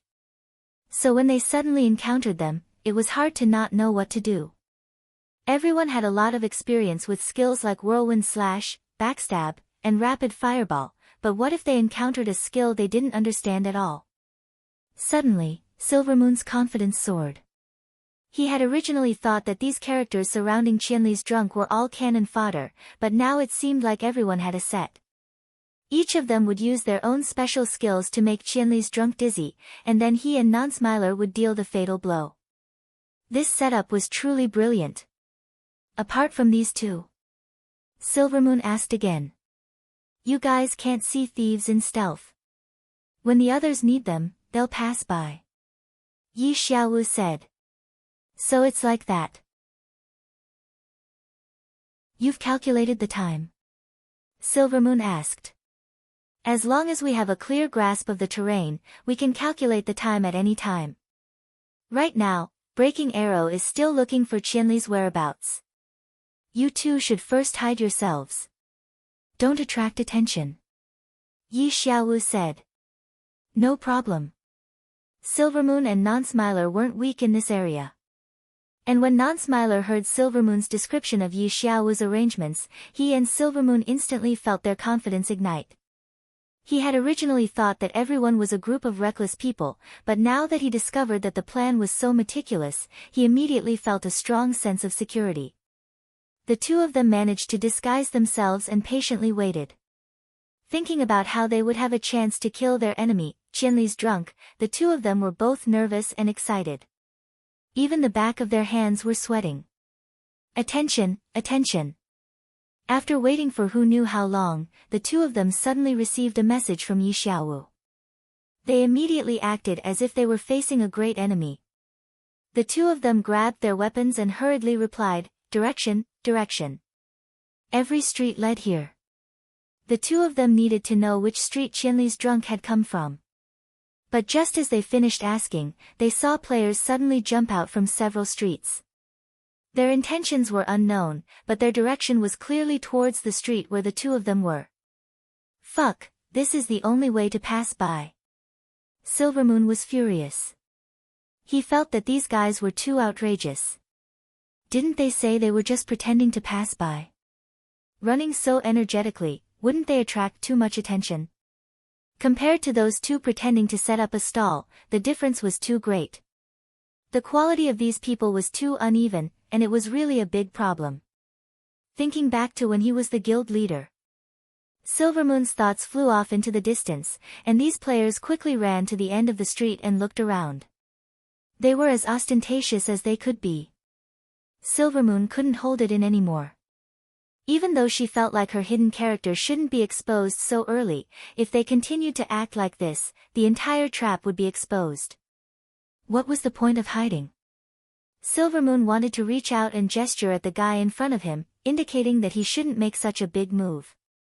After waiting for this person to turn in his direction, Silvermoon couldn't wait to gesture. Suddenly, he saw the person's face, and almost automatically twisted his neck, turning his head to the side. At the same time, his thoughts began to twist. How could it be him? This him was an ordinary character for ordinary players, but for Silvermoon, this was an exception. This was because this was his companion from Dust Guild in Moonlit Night City. This kind of person would definitely want to kill Silvermoon if they saw him now. In that instant, Silvermoon felt that he understood Yi Xiaowu's painstaking efforts. No wonder he felt that he didn't participate much in the plan, so there was this kind of character. It wasn't convenient to meet him, and at this critical moment, launching an attack from a hidden angle was the best choice. With this thought, Silvermoon actually had a mentality of looking at the big picture. He pretended to be a passerby, wanting to stay away from this guy. Silvermoon was now very good at disguising himself. As expected, the player didn't recognize Silvermoon. Silvermoon secretly rejoiced. It wasn't convenient for him to show his face. He was thinking about whether to ask Non-Smiler to remind these people not to be too arrogant, or to find the two players who set up the stall. After thinking about it, Silvermoon felt that asking Non-Smiler was a bit too obvious. It was easier to find the players who set up the stall and pretend to buy goods. However, when his gaze turned to the two players who were selling goods, he saw that the two of them were a bit frightened by the sudden appearance of the players. At this moment, they were packing up their things, and it seemed like they were about to leave. Is Qianli drunk about to appear? Are they going to make a move? Silvermoon's gaze looked around, but he couldn't find the figure that he was afraid of. In such a short time, the two players had already packed up and left. Silvermoon suddenly felt that something was wrong, and was about to send a message to ask, when he received a message from Non-Smiler. Trouble, I saw my enemy. Your enemy? Silvermoon didn't understand. July, from Cloud City. I don't know why she came here. Non-Smiler said. Silvermoon was startled. He had met a former colleague who had a grudge against him, and Non-Smiler had met a woman who had a huge dispute with him, but the two players who set up the stall actually left on their own. Oh no, it can't be a trap, right? Silvermoon replied. What's wrong? I also met my enemy. Also, the two guys who set up the stall have left. Where are you now? Silvermoon asked. I went into stealth, Non-Smiler replied. Silvermoon was about to cry, because when he looked up, he saw another comrade from his former guild. 2 in a row, this shouldn't be a coincidence, right? These people seem to be looking for someone, could it be that they were looking for him? Non-Smiler's enemy also appeared here, could it be that they were looking for Non-Smiler? Non-Smiler had stealth, and even if he ran, he had speed. Perhaps escaping wouldn't be difficult, but what about himself? Moreover, his enemy was far scarier than him. Old colleagues, old rivals, how many people were there? Could it be that they were all here already? Silvermoon didn't dare look at these players who had suddenly arrived. He was like a normal passing player, walking his own path at a moderate pace. Although he wanted to leave this area immediately, he knew in his heart that he couldn't rush it. Silvermoon, where are you going? Suddenly, Silvermoon heard this shout, and his face turned ashen. As expected, as soon as this voice came out, there was a great commotion among the players. Their gazes began to lock onto the players who were about to walk past. Was it that punk Non-Smiler? For a moment, Silvermoon couldn't tell who it was. He immediately thought that perhaps Non-Smiler deliberately shouted to attract attention, and then he took the opportunity to escape. In the end, before this thought disappeared, he immediately heard another shout, Non-Smiler, stop stealth.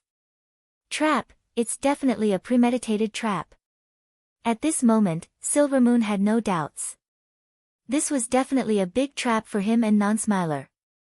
Silvermoon angrily opened his friends list and questioned Yi Xiaowu. What do you mean, why did you betray us? The coordinates were given by Yi Xiaowu, and whatever ambush was also said by him. At this time, Silvermoon finally understood completely. There was no ambush, but there was a trap. It was just aimed at him and Non-Smiler.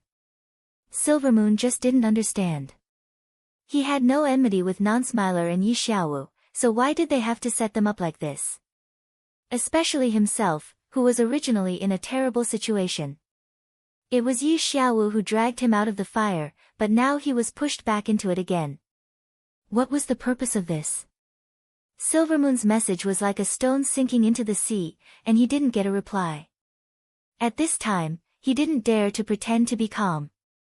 Because of the shout, his old colleagues began to seriously inspect the passing players. It would be strange if they didn't recognize him in this situation. Silvermoon saw that 2 people were already walking in his direction. He quickly scanned the situation around him, and suddenly waved his sword. After the golden light bathed him, he ran. It's Silvermoon, here. These people knew what Silvermoon's, King's Command, skill looked like.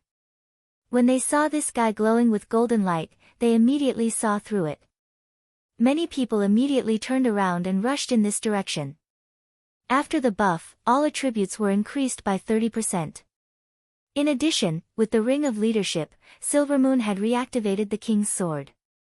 This sword's damage wasn't just for show. Silvermoon rushed out and cut down 2 players who came to block his way. At this time, he had no other choice but to go to the exchange hall 200 meters away. This place was pointed out to him by Non-Smiler. The 2 of them had been arguing on the way here. Silvermoon didn't believe that Non-Smiler was kind enough to give him such a way to escape, but at this time, he really had no other choice. Non-Smiler's current situation was indeed much better than Silvermoon's. With the advantage of stealth, he didn't rush to expose himself.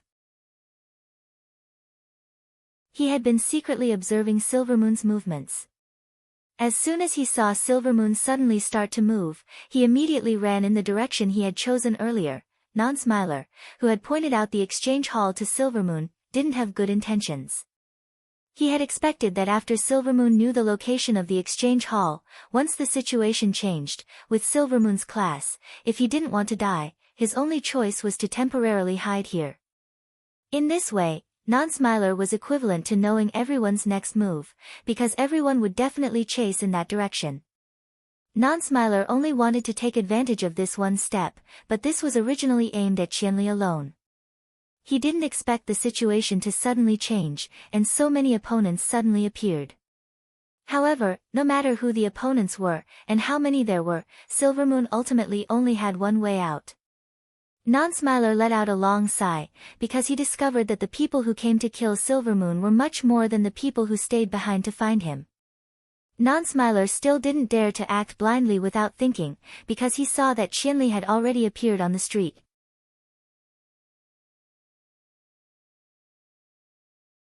Chapter 613.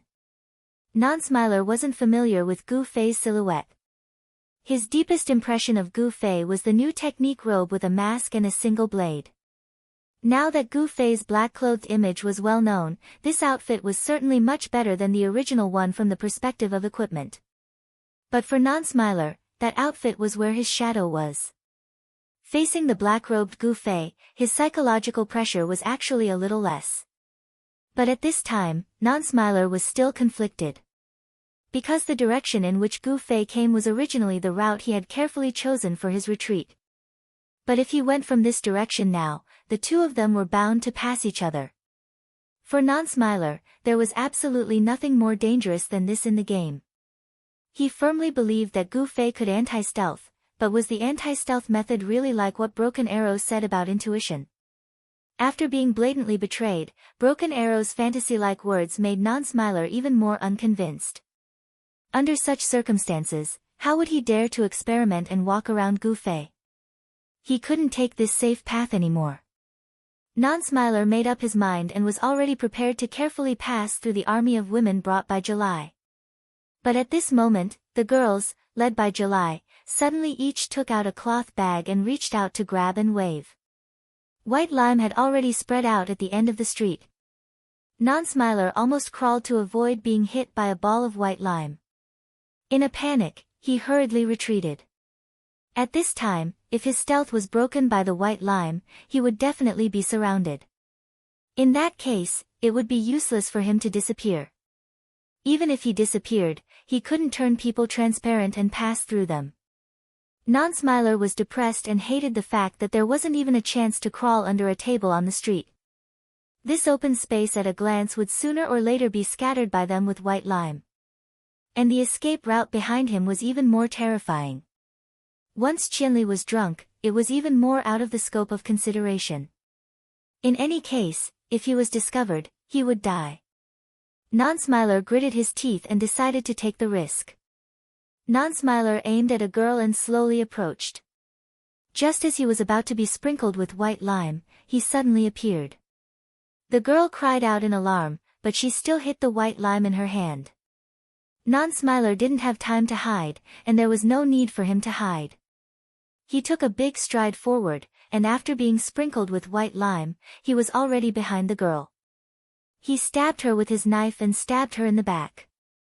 Then, he grabbed the girl's arm and twisted it.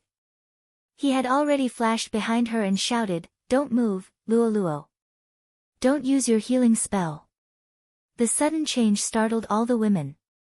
Luo Luo was about to use her healing technique, but she didn't want to be called out by the Non-Smiler in advance. She quickly understood the Non-Smiler's intentions and immediately stopped moving.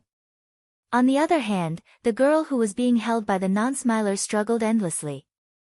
The Non-Smiler only had one arm and it was a little strenuous, so he simply used his arm to choke the girl's neck. "Worthy of being an old friend, you understand my intentions very well," said No Laugh. "Are you even human?" July's face was ashen. Especially when she thought of the relationship she had with this guy, July felt like vomiting. "I'm human, and someone who knows you very well. This method will definitely work on you, won't it?"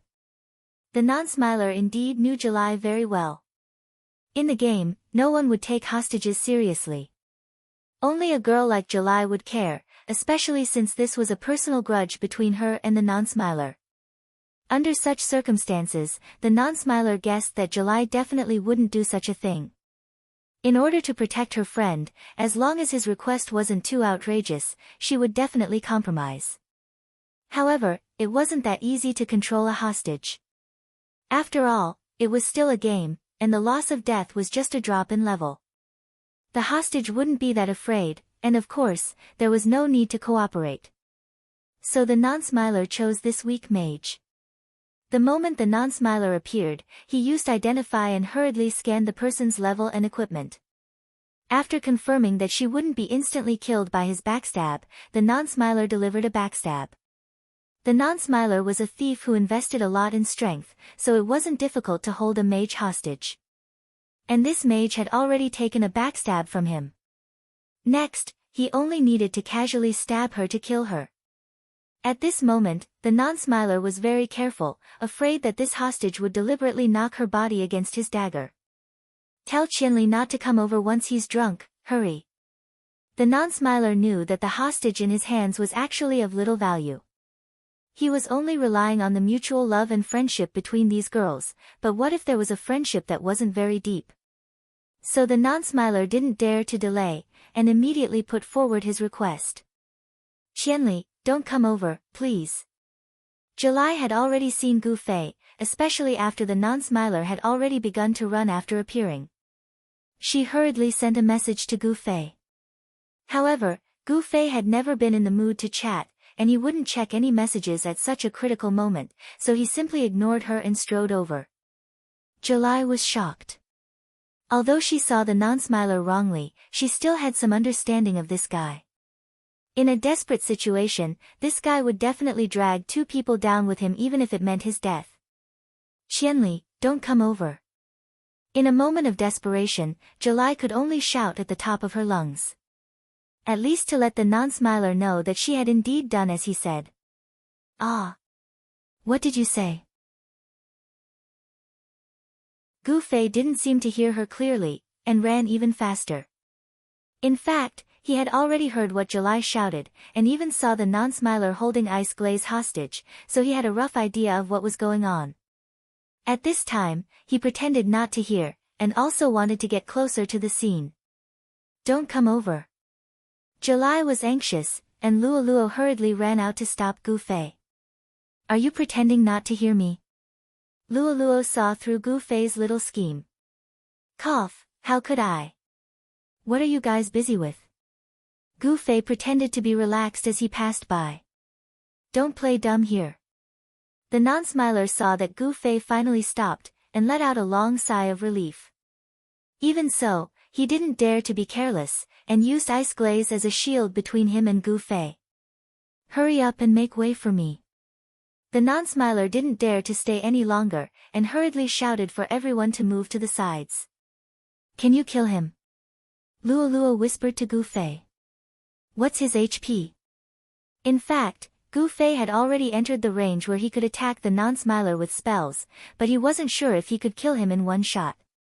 If he was sure, he would have already used a lightning spell. I just appraised his equipment, a conservative estimate is XXX. Luo said. No, I can't kill him in one shot. Unless I can get close. Gu Fei calculated the damage of the lightning spell, and it wasn't enough to kill the non-smiler. Don't you know how to teleport? Luo said. Miss, I'm still 8 meters away from him. Gu Fei said. So if I don't stop you, then he's probably already desperate. Gu Fei sighed. The non-smiler was an enemy he had offended a long time ago. He was probably the imaginary enemy in his dreams, so how could he not be on guard against his teleportation? Why are you still rushing when you know? Luo said. I just want to see who it is. Gu Fei said. The non-smiler, you don't recognize him? Luo asked. If I don't come closer, how would I recognize him? Gu Fei said, look, he's still hiding his head. What are you two whispering about? The non-smiler roared. Gu Fei had always been the one he paid attention to. He found that he wasn't as nervous as the other girls. He was chatting passionately with Luo Luo, which made the non-smiler's heart fill with resentment. You guys do what you need to do. Gu Fei waved his hand, indicating that everyone should ignore him and Luo Luo. The girls were speechless, and the non-smiler urged again, hurry up and make way. July was also looking forward to Gu Fei's arrival, so everyone knowingly made way slowly. Gu Fei and Luo Luo had already chatted for so long, but they still hadn't made way. The non-smiler felt that his patience was greatly challenged. He was about to speak, but unexpectedly, Gu Fei was on his side. Everyone, hurry up and make way. Don't dawdle. Everyone was surprised, and even the non-smiler was a little puzzled. In the end, he heard Gu Fei continue, let him go quickly, so that I can chase after him. The non-smiler vomited blood. He was about to say something when he suddenly heard someone yell at the top of their lungs, "Ah, what's going on? Is it a kidnapping? Ah ah ah. This is a big deal." Everyone's attention was attracted by this scream.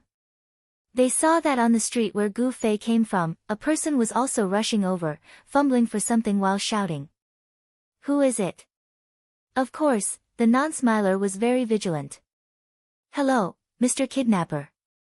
I'm Multi Wood, an online reporter from Fun Gaming Network. Do you mind if I take up a few minutes of your time and ask you a few questions? The person who came was Multi Wood. He and Mudo were originally doing an interview with Gu Fei in the tavern, when suddenly Gu Fei said that he received news that he was going to kill someone. Qianli was going to kill someone when he was drunk. Of course, the two of them wanted to do a live report, but unfortunately, neither of them were as fast as Gu Fei. Of course, Gu Fei wouldn't delay something as important as killing someone for this. So although the three of them were coming this way, they were different. Gu Fei was the fastest, Multiwood was a little slower, and Mudo, that normal mage, was still nowhere to be seen. Multiwood, Mudo. Some of the people present immediately called out this name. Multiwood and Mudo had always been a joint author, and they used this name. People who liked Fun Gaming Network would not be unfamiliar with this name. Unsmiler was also one of the registered users of Fun Gaming Network, so he was familiar with this name. He had also seen Multiwood and Mudo before. A few days ago, these two had come to Moonlit Night City to interview Yun Zanmu and the others of the 10 Guild Alliance. As a passerby, Unsmiler had also been watching. After that, when Baishir was waiting for Silvermoon, these two had also appeared for an interview. They had waited for a day and a night for Silvermoon to come online, but unfortunately, they didn't manage to do so. Now that he saw this person, Unsmiler recognized that it was indeed Multiwood. However, how could Unsmiler be in the mood to answer any questions?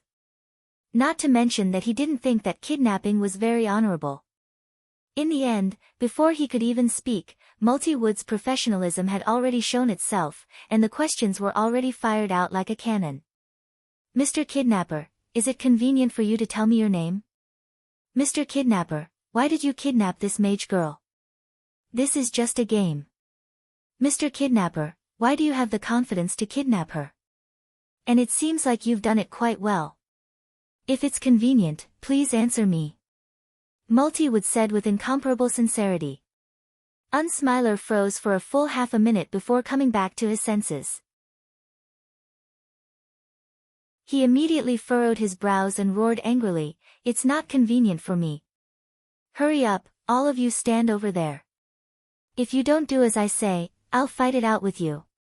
The girls hurriedly moved in the direction Unsmiler was pointing. Seeing that Unsmiler wasn't in the mood for an interview, Multiwood turned to Gu Fei, "Qianli, you rushed here to kill this person?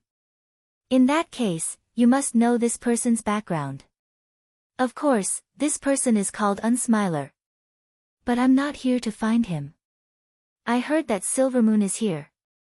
Why don't I see her?" Gu Fei and Multiwood had been around for almost the entire morning, so they were very familiar with answering questions. Silvermoon escaped to the exchange hall. Unsmiler quickly betrayed Silvermoon. If Gu Fei could immediately abandon him to chase after Silvermoon, that would be great. "Oh, then are you going?" Gu Fei asked. I. Cut the crap. All of you, turn your backs to me. Unsmiler was flustered and exasperated.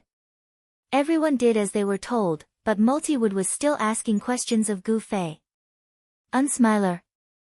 Is it that Unsmiler that you killed many times in a row?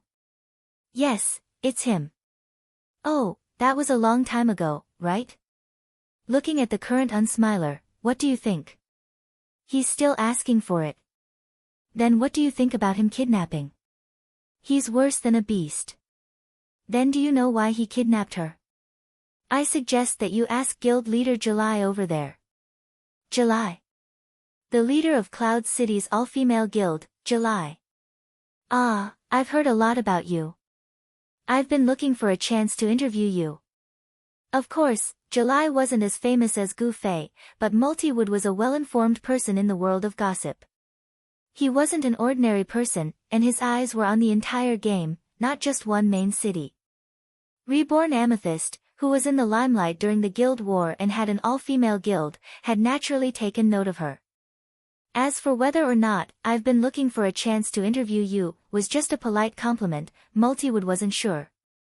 However, it was clear that Duo Mu did not know much about the Amethyst Rebirth and July's situation. Gu Fei's face was already dark as he said, "Who told you that this girl is July?" "That Grandmaster of Combat over there is." When Gu Fei mentioned July, he glanced in that direction, and Multiwood immediately mistook the Luoluo beside Gu Fei for July. Ah. I'm so sorry, I've made a mistake. So you're guild leader July. Multiwood didn't feel awkward at all, and smoothly walked towards July. As expected of a reporter, his ability to hit a snake with a stick was impeccable. Since you're reborn Amethyst's July, then I've more or less figured out the problem with Non-Smiler, hee. Multiwood laughed. He was a serious gossiper, so how could he not know about the past between July and Non-Smiler? July wasn't in the mood to bicker with him. She frowned, not knowing what to say. Non-Smiler could only pretend that this person did not exist. After seeing that everyone had turned their backs to him as he said, he suddenly pushed glazed ice out and activated his stealth skill. Someone heard the commotion and couldn't help but turn around, only to see ice glaze fall to the ground, and Non-Smiler disappear. He immediately shouted, "Non-Smiler's gone." Everyone turned around. Gu Fei shot out 2 meters like an arrow, then teleported to Ice Glaze's side. Dual Flame Flash, Descending Flame Will, 1,000 Layers of Flaming Tree, these spells bombarded a large area, but there was still no sign of Non-Smiler. At this moment, Gu Fei couldn't sense Non-Smiler's presence either. Clearly, Non-Smiler wasn't paying attention to him. Non-Smiler had always been paying attention to his movements, but at this moment, he wasn't paying attention to him. Could it be that he knew how he was able to see through stealth? Only martial artists with a certain level of foundation would be able to know about this situation. Currently, Gu Fei had only met 100 Lives of Essence and Breaking Water Arrow who had this ability. Although Gu Xian was extremely skilled in the game, he did not have this kind of intuition. Did Breaking Arrow tell him? Gu Fei thought as he pulled Ice Glaze up. On the other side, July was commanding the girls to scatter white lime everywhere, hoping to wash Non-Smiler out. But it seemed like the chances were slim. They didn't know which direction Non-Smiler had chosen to go, but now it seemed like he wasn't here anymore. "You guys go ahead, I'll go take a look at the exchange," Gu Fei said. "See that silver moon?" July asked. "Yeah." Gu Fei turned around as he walked. "Remember to let me know if there's any news of Non-Smiler." "You don't have to trouble yourself, right?" July said. "Don't, chopping people is my hobby, please," Gu Fei hurriedly said. "Okay," July said. "Thank you." Gu Fei left happily, leaving July at a loss. Who should thank who for this? Over at the exchange, Silvermoon had successfully made it inside, but she was already surrounded by layers of people, and there was no way she could escape. These people were all on Lan Yi's side, and most of them were Silvermoon's former brothers. At this time, they were loudly criticizing Silvermoon's lack of loyalty. Silvermoon's face was pale, but this was the safe zone, not the offline zone. Going offline would be the most dangerous thing to do, so Silvermoon could only grit her teeth and endure. Gu Fei walked into the crowd and was immediately seen. Everyone was gratified. Brother Qianli is here too. He's here, he's here. Where's the vast expanse? Where's Yuzai? Gu Fei asked. He's here, he's here. Someone answered from behind. Gu Fei turned around and saw Tsubasa Sakaratsuka eagerly following the vast expanse. Brother Zue, you came even faster than me. Tsubasa Sakaratsuka said. How did you find Silvermoon? Gu Fei hurried over after receiving Tsubasa Sakaratsuka's message. I saw it on the forum. Tsubasa Sakaratsuka replied. Forum? Gu Fei was at a loss. Yeah. I don't know who it was, but it said on the forum that Silvermoon would go there. Those who have a grudge can take revenge, and those who don't have a grudge can take revenge. Tsubasa Sakaratsuka said. Yeah. We also saw this post, so we called everyone over. Someone on Lan Yi's side also said. Gu Fei felt that there was something fishy about this. He suddenly thought of why July and the others would come to Baishur City for no reason. He immediately sent her a message to ask. Kitty saw someone post on the forum saying that non-smilers would appear here in Baishur City. When she came back, she told everyone in the guild, and everyone clamored to come. July said helplessly. It seemed that she wasn't too enthusiastic about this matter. She really couldn't resist the enthusiasm of the girls in the guild. In fact, the girls were usually very united, especially when it came to helping each other. They could already be described as shielding their own, and helping those close to them rather than reason. Another post on the forum? What's going on? Just a random post on the forum and everyone believes it after reading it? Gu Fei was puzzled. Brother Zue, you don't know, but this isn't an ordinary post. Tsubasa Sakaratsuka said mysteriously, the ID that posted the post now has a nickname, Prophecy Emperor. He's made a few posts about things in the game, and none of them were wrong. So when he posted the location of these two guys, everyone believed it without a doubt.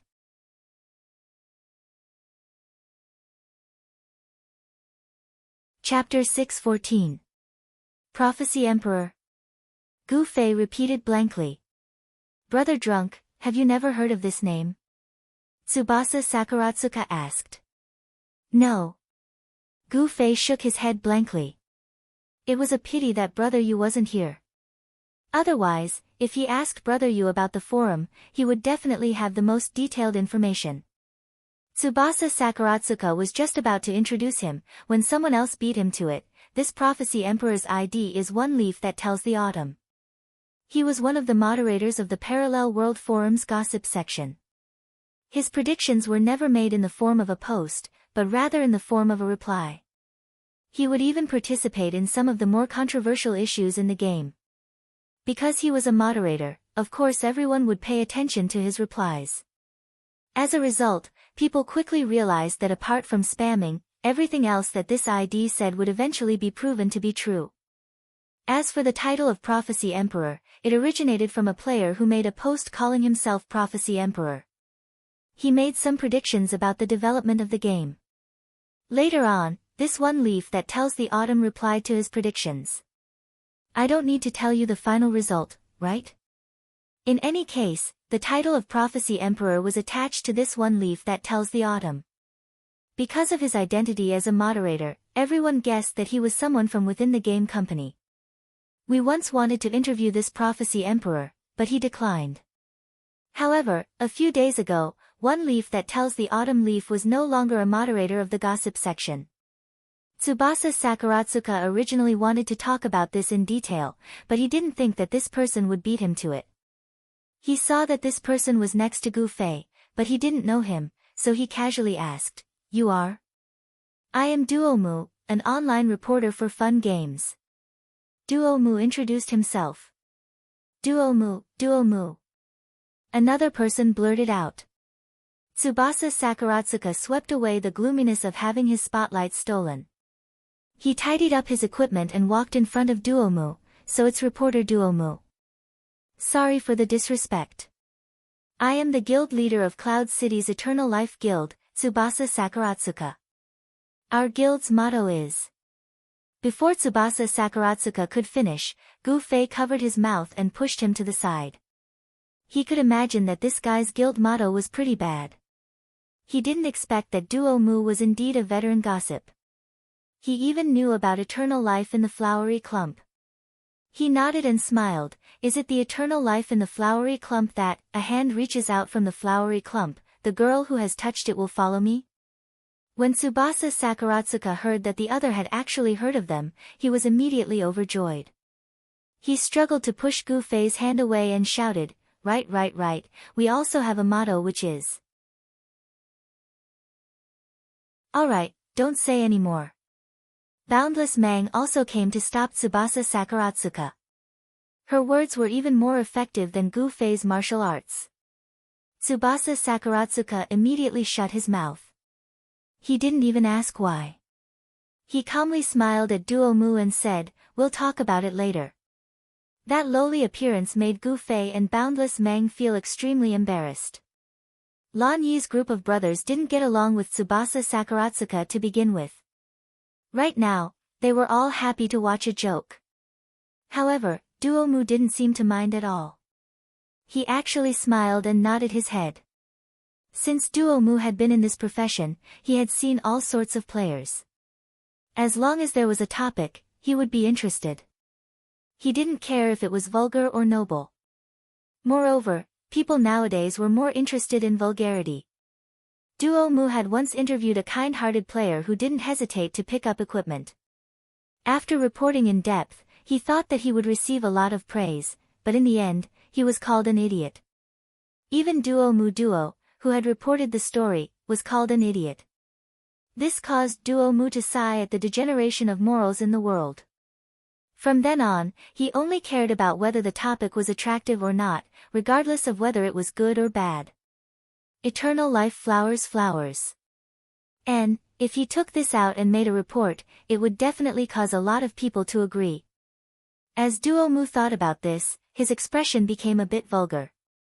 Eternal life flowers. Cough. Gu Fei coughed heavily. Everyone returned to reality.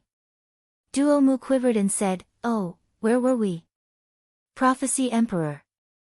Gu Fei said. That's about all there is to know about Prophecy Emperor. Since he was the one who released the news about Silvermoon and Non-Smiler, then how did he know about their movements? Actually, we might as well interview Silvermoon. Duomu said. Everyone was a bit stunned. Then, they saw Duomu squeeze through the crowd and arrive in front of the pitiful Silvermoon in the exchange hall. Hello Silvermoon, I'm Duomu, an online reporter from Fun Gaming Network. Do you mind if I take up a few minutes of your time and ask you a few questions? Duomu was truly a professional. He repeated this sentence over and over again. It didn't vary from person to person, and he spoke with incomparable sincerity each time. Silvermoon hadn't played much of the game recently. He spent a lot of time on the forums, so he was even more familiar with Duomu. But right now, he obviously wasn't in the mood to answer any questions. He was constantly thinking about what to do, so he ignored Duomu. Duomu didn't seem to be surprised by this sort of attitude. If the other person didn't reply, then he took it as a tacit agreement. Especially since they were in the safe zone, he didn't have to worry about the other person being unhappy and killing him. As a result, he picked up a pen and paper and asked, according to an insider, the news that you and Non-Smiler appeared here was provided by the famous Prophecy Emperor One Autumn Leaf. Do you know about this?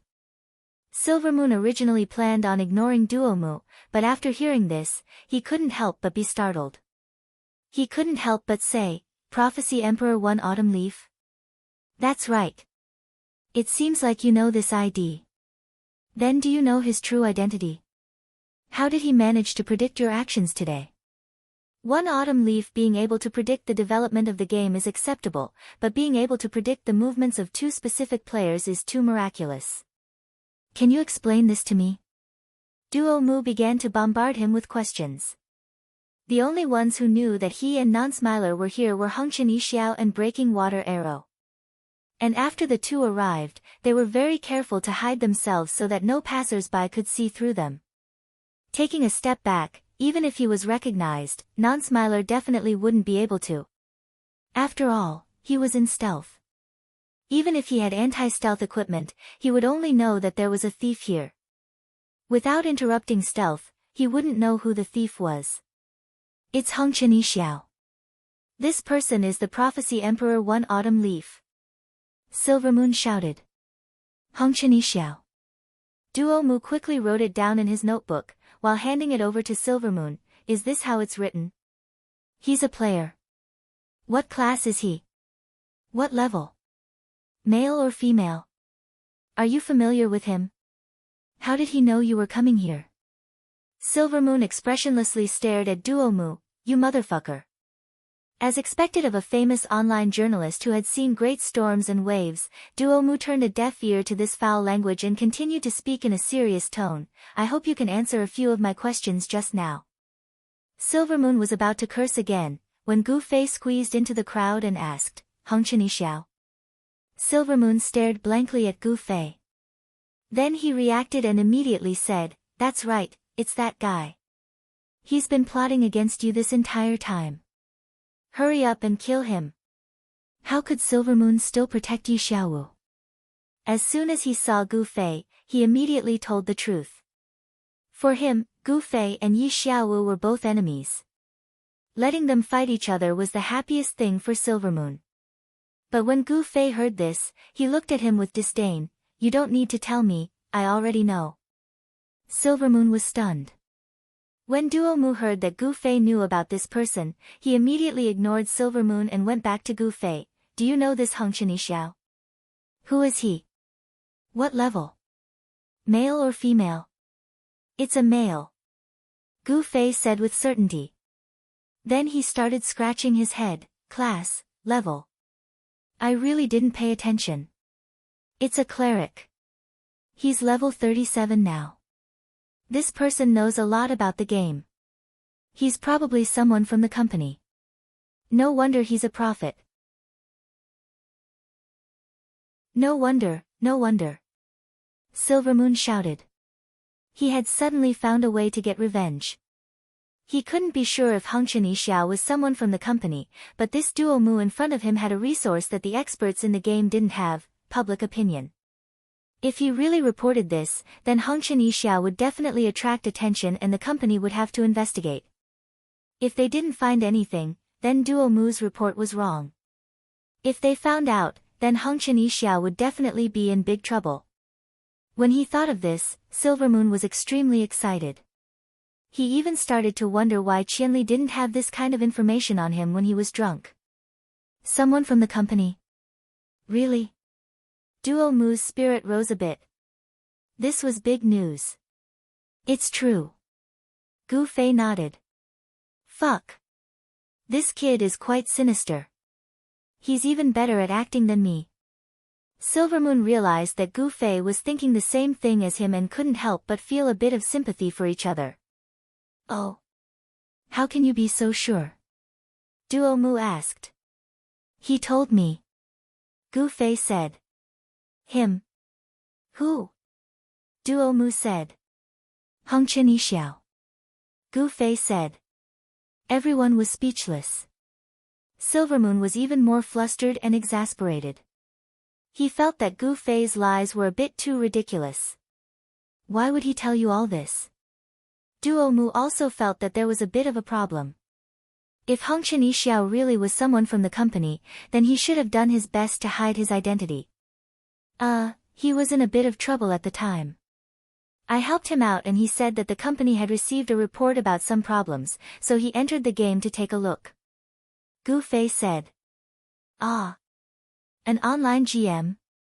Duo Mu's face was filled with disappointment.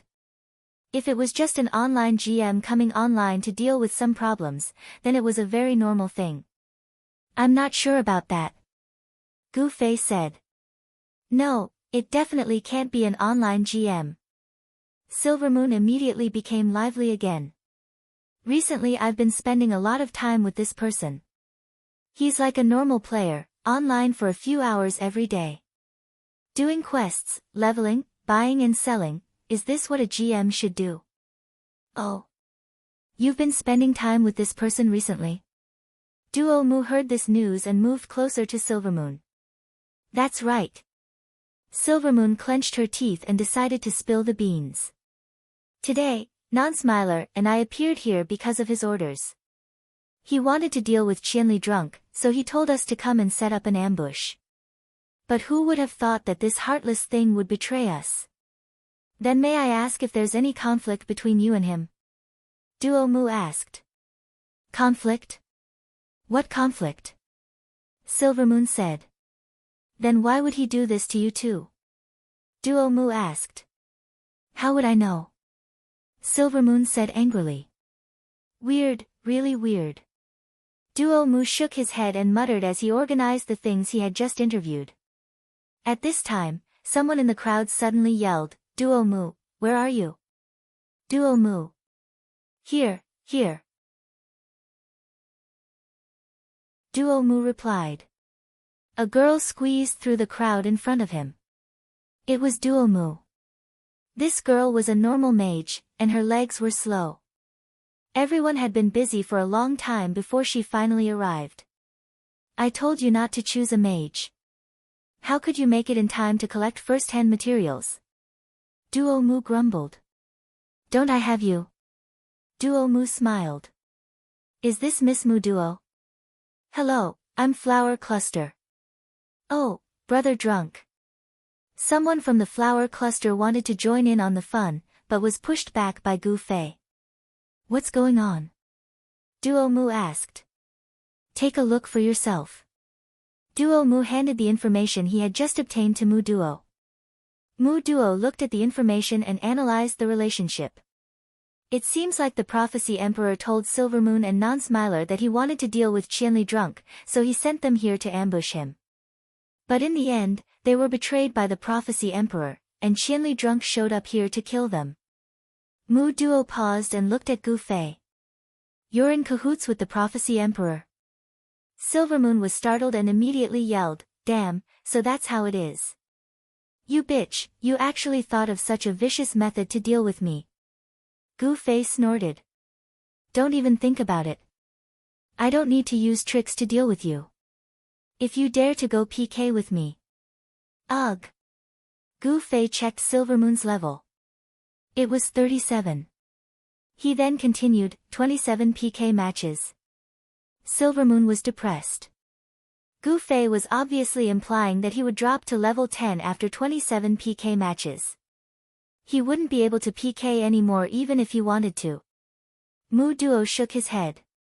If you guys aren't in cahoots, then I really can't think of a reason why he would do this. If only we could contact him and interview him. Duo Mu sighed.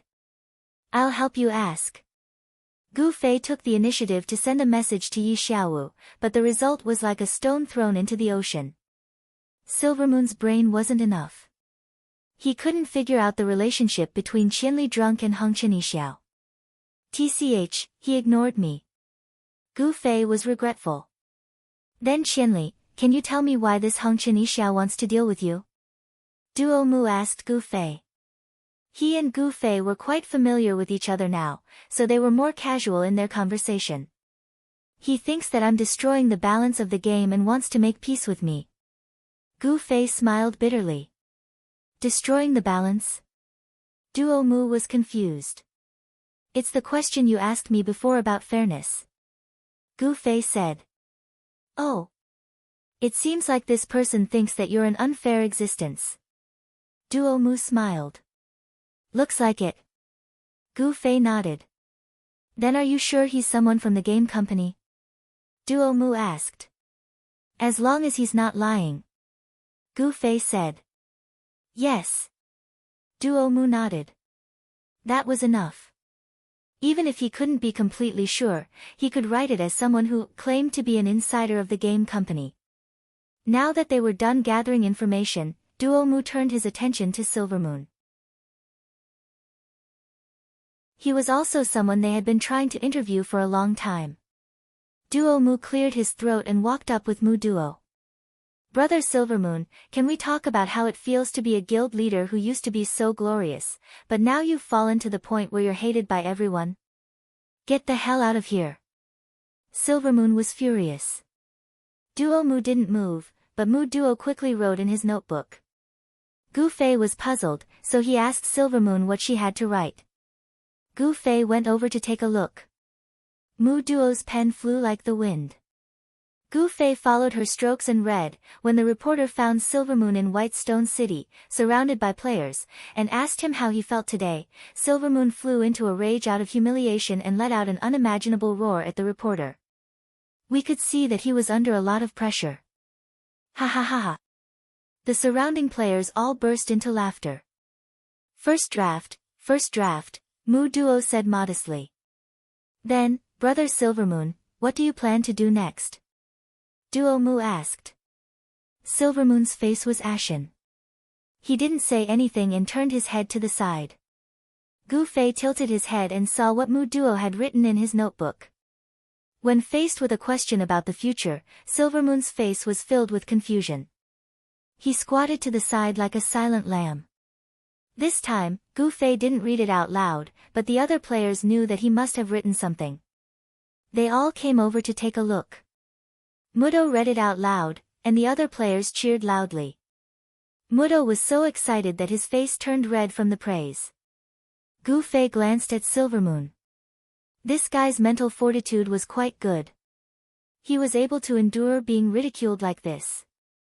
What do you guys plan to do? Gu Fei turned around to ask the people surrounding them. What else is there to say? We'll sow the seeds here and reap the harvest at the revival point.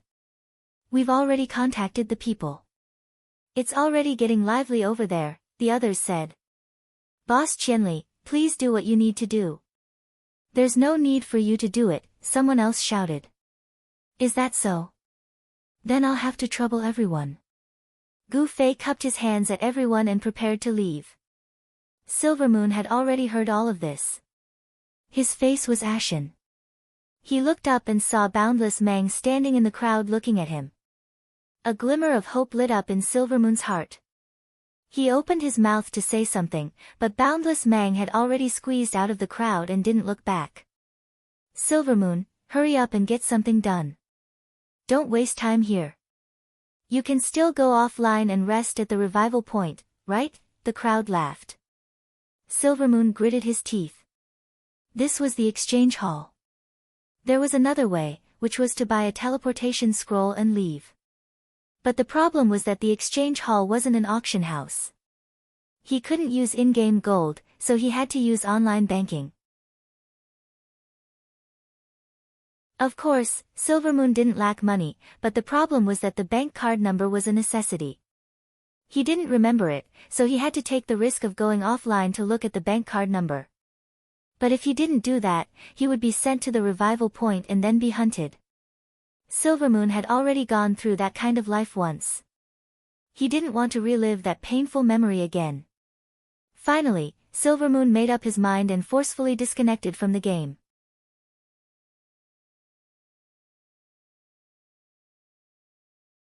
Chapter 615. The players exclaimed. Gu Fei and the others hadn't gone far when they heard the commotion and immediately turned back. Duo Mu and Mudo were the most enthusiastic. They were already holding pen and paper and shouting, "What's going on? What's going on? Silvermoon's gone." Someone shouted. Teleport? Gu Fei frowned. No, he's logged off. Someone shouted. They all had Silvermoon as a friend, but some had deleted them. Others kept them as mementos in case they needed to take revenge in the future. Forcefully logged off. Duo Mu and Mudo were excited. Since the game had repeatedly emphasized the dangers of forcefully logging off, the players were very careful. Apart from those who were born to be lazy and experimenting when they were at a low level, players who had reached a certain level would never forcefully log off unless there was an accident like a power outage. Two reporters bravely squeezed to the front and asked the players in front, "Where did Silvermoon log off?" "There," someone pointed out.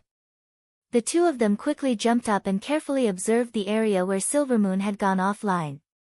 Muto's pen flew again. Level 37 Silvermoon. Forced to go offline, he chose to go offline. According to the reporter's observations, the negative effects of forcefully logging off were not shown when he logged off.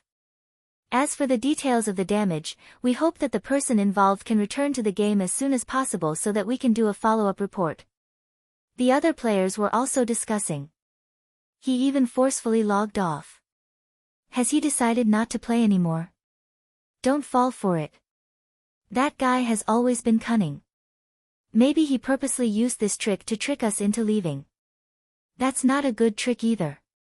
Who says we have to leave just because he forcefully logged off? Look! He's back. Following a player's shout, a ball of white light appeared where Silvermoon had disappeared. Silvermoon appeared in front of everyone in one piece. Everyone used Identify on him, hoping that he would be refreshed to level 3.7 when he logged off. The result was disappointing. After everyone appraised him, they realized that Silvermoon's level and equipment had not changed.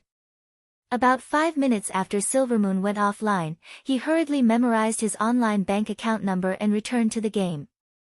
The first thing he did when he entered the game was to immediately check his belongings. With just one glance, he was petrified on the spot.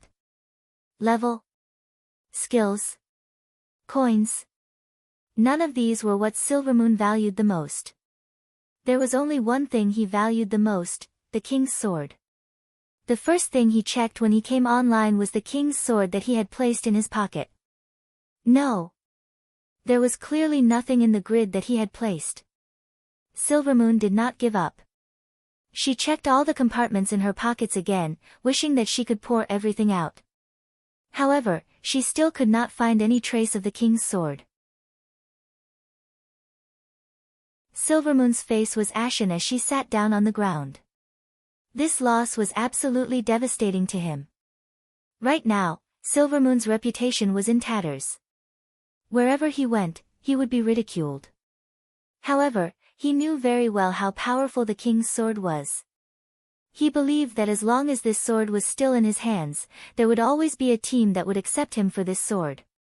Perhaps he was just using him, but Silvermoon always believed that with his own skills, as long as he had the chance to come into contact with people safely, he would be able to do whatever he wanted. Who would have thought that, when he forcefully logged off, he would lose the king's sword? Silvermoon would rather use all of his equipment, all of his levels, all of his skills, and all of his EXP in exchange for the king's sword. Unfortunately, no one would give him this opportunity. Silvermoon's abnormal actions caused the other players to be unable to react. After a moment of silence, someone finally opened his mouth and shouted, "Little guy, what are you pretending for? Hurry up and come out to die." Silvermoon raised his head, but he did not look at anyone.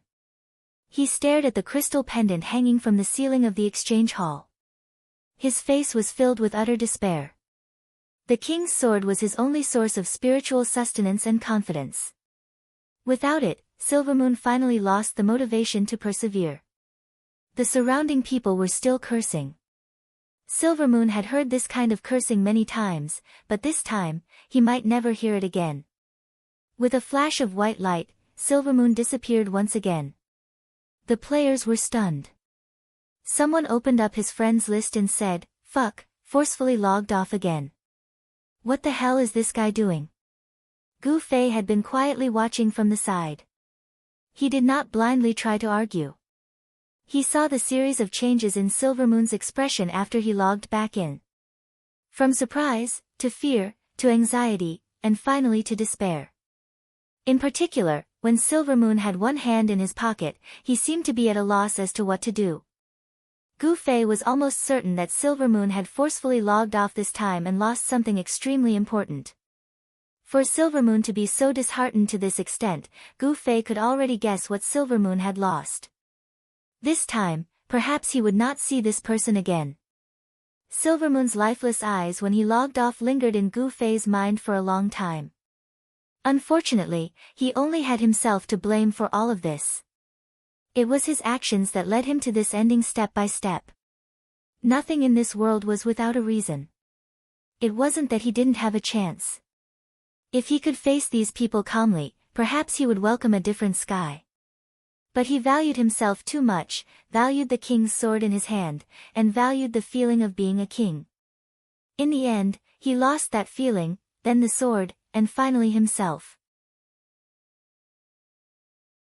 When he realized that he could no longer get any fun out of the game, he could only helplessly choose to quit. This was the only thing that Gu Fei sympathized with and felt sorry for. In fact, he didn't need to quit. He just needed to step back. Perhaps it would be many steps back, but at least the game would still be there, and there would still be fun. Gu Fei sighed. He looked back and saw the vast expanse. She was standing behind him and could also see the angle at which Silvermoon disappeared. She saw everything that Gu Fei saw and thought of everything that Gu Fei thought. In the end, she could only leave behind the same sigh. Silvermoon, that bastard, is she still coming? Gu Fei heard people in the crowd still cursing. Gu Fei didn't stop them. This was one of their fun in the game. But when they found out that Silvermoon wasn't coming back, who knew how they would feel? Gu Fei left, and so did the vast expanse. Tsubasa Sakuratsuka didn't have much interest in Silvermoon, so when he saw the vast expanse leave, he immediately chased after him. Duo Mu had already added Gu Fei as a friend. At this time, he expressed that he wanted to stay a bit longer to interview the players who were chasing Silvermoon, so he promised to visit Gu Fei again when he had the chance. As they walked, Gu Fei suddenly thought of something. He turned his head and asked the vast expanse, "Did you know that no one came to take the ideal staff?" "No one came to take it." "You're saying that no one from the auction house came to take it?" The vast expanse was shocked. "Jian Nan Yu and the others have been guarding there." "That seems to be the case," Gu Fei said. "Would someone buy equipment and then not want it?" "That's strange. Could it be that someone secretly took it without them noticing?" The vast expanse said. "That's possible, they're also suspecting that it's the case." Gu Fei said. "That's right, I've seen the forums. You guys set up a studio with Jian Nanyu?" The vast expanse asked. "Yeah. They've abandoned the dark side for the light." Gu Fei laughed. "How powerful is this efficient leveling method?" The vast expanse asked. Tsubasa Sakuratsuka and his brothers also looked at Gu Fei. This was actually 100 times more important than Silvermoon and Unsmiler appearing in the game. They had been preparing to ask Gu Fei for a long time. Gu Fei could only regretfully laugh. Priests and archers are a bit harder to use.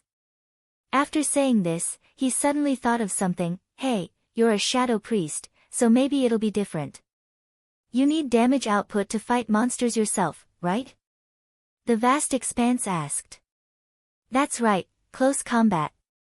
That's why an archer's bow can't be used. Other weapons are too weak due to their coefficient and passive skills, so it's hard to use them," Gu Fei said. "Then isn't it a tragedy for us? We won't be able to level as fast as other classes in the future." The lurkers looked at each other. Although they didn't seem to be an archer anymore after their class change, their nature didn't change. Their main damage output was still archers, unless they had some passive proficiency skill when they reached a high level. For now, they were still archers. If we add more power to our weapons, we'll be more efficient," Gu Fei said. "It's over. It looks like we can only pick up girls in the game from now on," the group of people said in agony. "It'd be great if we could really pick up a girl, but I haven't even held her hand after playing for so long," someone said gloomily. "You want to hold hands with those pig trotters of yours? Dream on." What followed was disdain. Gu Fei couldn't help but laugh. Suddenly, he heard the vast expanse say softly, if Silvermoon had their mentality, maybe they wouldn't be in such a state now. Gu Fei was startled, but he realized that it was true. Eternal life amidst flowers and the others may be wretched, but their attitude towards the game was surprisingly good. It was inevitable that they would howl in frustration at the thought of losing levels and equipment, but they wouldn't take it to heart. They would turn around and go back to looking for girls. In fact, they weren't looking for girls, but for fun. Just as he was thinking, Tsubasa Sakuratsuka slipped to Gu Fei's side and tugged at his sleeve. Gu Fei understood tacitly and slowed down 2 steps, walking beside him. Tsubasa Sakuratsuka whispered, "Brother Drunk, is there a way to double the efficiency of fighting monsters with a man and a woman?" "Get lost, there isn't." Gu Fei was furious. "You should think about developing a 2-person project. It'll definitely be very popular," Tsubasa Sakuratsuka said. Gu Fei was about to scold him, but after thinking about it, he felt that Tsubasa Sakuratsuka's words made sense. There were many couples in the game, and they probably wouldn't be willing to split up and guard a leveling area for the sake of leveling. If there was an efficient mode where 2 people could fight a monster together, it would definitely be welcomed by these kinds of people. As for those who were still single, they had to learn it too. Leveling with girls was a very effective way to pursue someone. If they didn't have an efficient 2-person leveling method, how would they get a girl? A 2-person leveling method seemed to have its own value. "That's a good suggestion." Gu Fei nodded. "Yeah. That's what I said." Tsubasa Sakuratsuka rubbed his hands in excitement. "Then Brother Drunk, hurry up and develop it. I'll be the first to sign up and learn it. We're so familiar with each other, why bother signing up? I'll teach you guys for free." Gu Fei said. No. Tsubasa Sakuratsuka hurriedly said, "Just 1 is enough for me." "Pervert, 2 pervert." Gu Fei really couldn't take it anymore. Hee. Tsubasa Sakuratsuka laughed drily and changed the topic. "What's Brother Drunk doing next?" "Next?" Gu Fei was stunned. He looked at the time and looked at his friends list. There were still many students online. He was furious and sent a group message. "Why are you still playing?" Yes. The students replied one after another while grumbling. Their attitude was completely different from when they received equipment and learned skills from Gu Fei. In this day and age, children were also very practical. Gu Fei urged the students and asked July, "Did you find the non-smiler?" "No." July said regretfully. "That's a pity." Gu Fei was also regretful. The non-smiler was much luckier than Silvermoon today. "Hongchen Yixiao, do you know this person?" Gu Fei suddenly asked. He still couldn't figure out why Hongchen Yixiao would set up Silvermoon and the non-smiler. If the non-smiler really had a grudge with July, then the only one Gu Fei wanted to see if it was because he knew July and wanted to help her vent her anger. "I don't know him." The answer he got was the same. "Then what about that prophet emperor on the forum?" Gu Fei asked again. "I don't know him either, but we came here because we saw his post." "Who is he? How did he know about the non-smiler? And Silvermoon, why are they together?" Chiyue asked. "I'm thinking too." Gu Fei said. "Right, there's one more thing I came here for," July said. "What is it?" Gu Fei asked.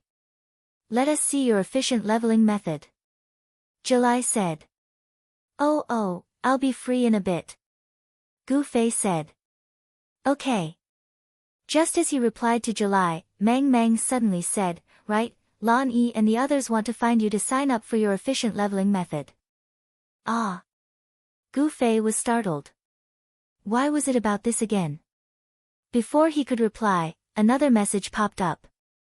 Gu Fei opened it and saw Yun Zhongmu. Brother Qianli, setting up a studio is such a big thing. Why didn't you tell us in advance?" No, it was just a sudden idea." Gu Fei hurriedly said. Our 10-guild alliance has 4,000 brothers and we're preparing to sign up for you. Yun Jongmu said. Ah. Gu Fei was startled again. Another message popped up. It wasn't Yun Jongmu again. It was Sword Without Oath from Cloud City. I say, Brother Qianli, your studio is doing teaching. Why did you go to Baishur City? When are you coming back to Cloud City? Cloud City. We're going to do some research. We have some brothers coming to Baishur City. We're going to learn from you first. Ever since Sword Without Oath completed the guild mission with Gu Fei, they became friends. They didn't treat Gu Fei as an outsider and spoke directly. Really? How many people? Around 300. Brother Qianli, are you not coming back from this mission? When are you coming back to Cloud City? Huh? Gu Fei was confused. Didn't they just say it? After a closer look, the message wasn't from Sword Without Oath. It was from Go Against the Current. Then, Deep Waters of Shady Forest City, why are you online? What's the name of your efficient leveling method? When will it start? I've sent some brothers over to investigate. Strange Pupil and Yen Xiaozhu of Xia Fog City, efficient leveling method? What do you mean? Drifting of Unknown Whereabouts, studio. You're having a good time. The Coward Savior, Master. What's the efficient leveling method? Did you create it yourself? I want to learn it. Vast Mang continued to ask, say something. How do we sign up? July's message, where shall we wait for you? Yun Jongmu's message, Brother Qianli, when will it start? Our troops are coming, ha ha ha. Sword Without Oath, isn't 300 too few? Why don't we send 500? We'll support Brother Qianli's business. That's good. Go Against the Current, Brother Qianli, what are you busy with? Is it inconvenient for you to talk? Lu Ku, Deepwater's wife, hey, why aren't you talking to us? Strange Pupil and Yen Xiaozhu, tell us. If it's interesting, we'll bring our friends to learn. Drifting's message, what's wrong? Have you really become enemies? You're not even replying to my message. The Coward Savior, Master. How do I get to Whitestone City? Tell me. Brother Zue. Brother Zue. The members of the Eternal Life Guild shouted in a flurry. Quick, Brother Zue is going to faint. Gu Fei, who was bombarded with messages, felt a strong sense of dizziness. He looked at the time. Wasn't it so? This was the time when the night shift masters came online. Sword Demon and Yutian Shinming also came online one after another. This was the best proof. I'm going crazy. Gu Fei roared in the mercenary channel. What's going on? Everyone panicked. For Gu Fei to lose his composure like this, could it be that his PK value had exceeded 1,000 and caused the lords of the major cities to personally hunt him down? Everyone I know is asking me about the efficient leveling method, Gu Fei said. The channel was silent. What's going on? Where are they? Gu Fei shouted. In the end, it was Sword Demon who weakly shouted, fuck, us too, these guys were also in the studio. When they came online, they also received a flurry of messages. They had a lot more friends than Gu Fei. When it rang, they were even more devastated than Gu Fei. They didn't care about Gu Fei anymore. What was even more depressing was that some people kept asking for information, such as Sword Without Oath, Yun Zhongmu, and Lu Ku. They knew everyone in Young Master's elite group, not just any one of them. When Gu Fei didn't respond for half a minute, he immediately asked Sword Ghost, but Sword Ghost didn't have time to reply, so he immediately asked another person, causing them to be flustered. The same question was answered with all sorts of different answers, causing the other party to be even more confused and ask even more questions. TSK. In the channel, Han Family Young Master lightly said 2 words. Everyone could already feel the disdain coming from him. Your name wasn't hit? Everyone asked in shock. How could that be? I'm your leader, Han family young master said. Then how did you reply? Everyone saw that Han family young master didn't seem to be very busy. Stupid, I turned off the message and set it to an automatic reply. Han family young master said. Everyone thought that this method was indeed brilliant. However, when they saw all these strange questions, they couldn't think of a single sentence to reject them. What did you set? Yu Tian Shinming asked. Ask brother Yu, Han family young master said. Why ask brother Yu? Brother Yu isn't here. Yu Tian Shinming was furious. Brother Yu worked hard last night and rested late, so he still isn't here. Idiot, I set it to ask brother Yu, Han family young master said. Oh. Everyone came to a realization. How despicable, everyone said as they set their messages to ask brother Yu.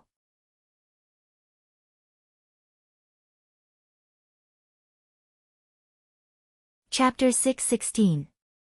The 5 members of Child Elite Group who were online all set up the automatic reply, ask brother Yu. The 5 of them didn't know how the person who received the automatic reply would react, but their ears were quiet. The message was shut off, but the people around them were still around.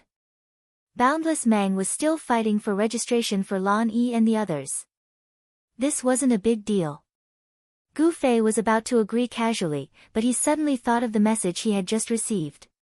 He couldn't help but be startled. Dusk in the cloud is also coming. What will happen if they meet Lan Yi? Gu Fei didn't want to get entangled in this kind of personal grudge, so he simply told the situation to Boundless Mang. Boundless Mang was startled. They want to learn too. Then it seems like there's no need for us to learn anymore. Oh. Gu Fei was startled. This didn't seem like Boundless Mang's personality. Even if the 10 Guilds Alliance was tyrannical, this lady shouldn't be backing down. If the 10 Guilds Alliance learns, then the entire leveling area will probably be occupied by them. Even if the others also learn, it seems like they won't have a chance to kill monsters. Boundless Mang said. But Boundless Mang had just said this when she had a new idea. The 10 Guilds Alliance shouldn't be the only guild with this kind of plan, right? Gu Fei thought of Sword Without Oath, Against the Current, and Deepwater. These were only guild leaders that he could directly speak to. He couldn't help but nod his head. If that's the case, when everyone competes for the leveling area, I wonder what the scene will be like. Boundless Mang said. If you were the guild leader, what would you decide? Gu Fei asked. Looking at the idea of your studio, you're preparing to develop the leveling areas one by one, right? Currently, there are only 1 or 2 leveling areas that have been developed. They're too scarce, and it's not wise to directly enter the competition. If it were me, I'd contact you privately and pay a high price to hire you to teach in our designated leveling areas. However, it doesn't seem very appropriate. The leveling areas can't be sealed off. If we start to level up, other players will naturally see us. Even if you don't teach us anymore, other players can just steal our leveling areas. Aya, this is quite troublesome. Boundless Mang frowned as he thought about it. In this situation, learning it is one thing, but whether or not I will have a chance to use it in the future is another matter. Yes, you're right. Gu Fei nodded. He could foresee this situation, but he wasn't too worried. To put it bluntly, this was still a problem of kill stealing. This was a long-standing dispute in the game. Gu Fei believed that any other player had more experience than him in dealing with it. When the car comes to the mountain, there will always be a way. As for Lan Yi's side, I'd better advise them not to learn it for now. Boundless Mang finally said. Okay. Gu Fei didn't have any objections. Afterwards, he parted ways with Boundless Mang and the others. The students were no longer online, so Gu Fei didn't need to prepare any lessons for them. In the end, he also chose to log off and rest. The effects of the efficient leveling method were still hot. The distance between the main cities and Whitestone City varied. For example, Shady Forest City and Moonlit City, it would only take 2 to 3 hours for players to arrive. For those that were further away, it would basically take 2 to 3 hours to arrive. Hence, with 2 to 3 hours as a cycle, players constantly gathered from the outer cities to Whitestone City. At this time, the wilderness camp didn't look like a leveling area at all. At a glance, there were no monsters at all, only players. Under these circumstances, how could anyone continue to level? Everyone was no longer concerned about the monsters. They asked each other about the efficient leveling method. Some people even took advantage of the crowd and set up stalls to do business. The White Mill was the same. Although they hadn't started teaching, a large number of players lingered there to observe. Just like that, the two leveling areas were abruptly piled up like a gathering. It was very lively. Brother Yu was obviously very tired these past 2 days. Today, he slept exceptionally long. When he woke up, the sun was already setting. He quickly got up and crawled to the computer. He wasn't in a hurry to enter the game. First, he looked at his own post. Brother Yu's first post had long been toppled. The reposting of the post on the major forums also received extremely enthusiastic attention. Brother Yu was overjoyed. He didn't pay attention to the forum friends who sent him messages asking for details. He couldn't wait to enter the game to report the good news to his brothers. As a result, as soon as he went online, he hadn't even stood firm when the news came roaring like a landslide. Although Brother Yu was mentally prepared for this situation, he was still somewhat at a loss. He had already been online for 5 minutes, and the message notifications were still constantly ringing. These people had been stifled by the 5 Ask Brother Yu automatic replies for the whole day.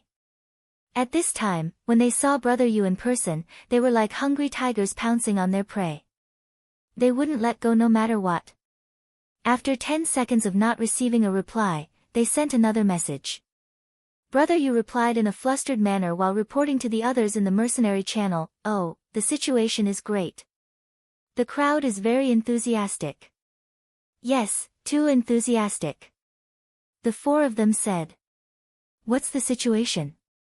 How many people have signed up?" Brother Yu asked.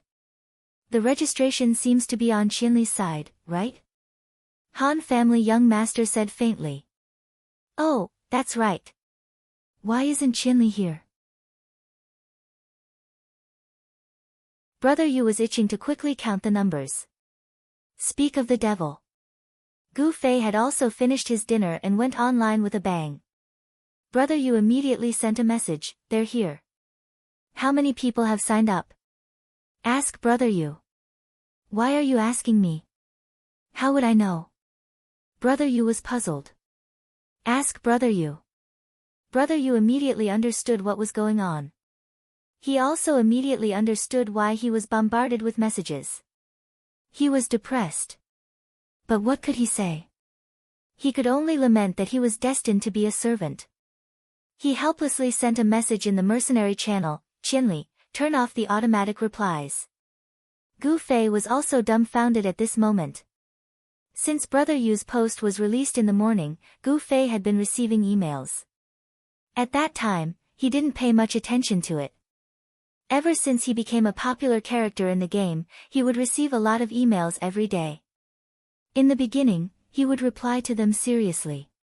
However, Gu Fei's patience was limited, especially when everyone's emails were similar. In the end, Gu Fei started to ignore them.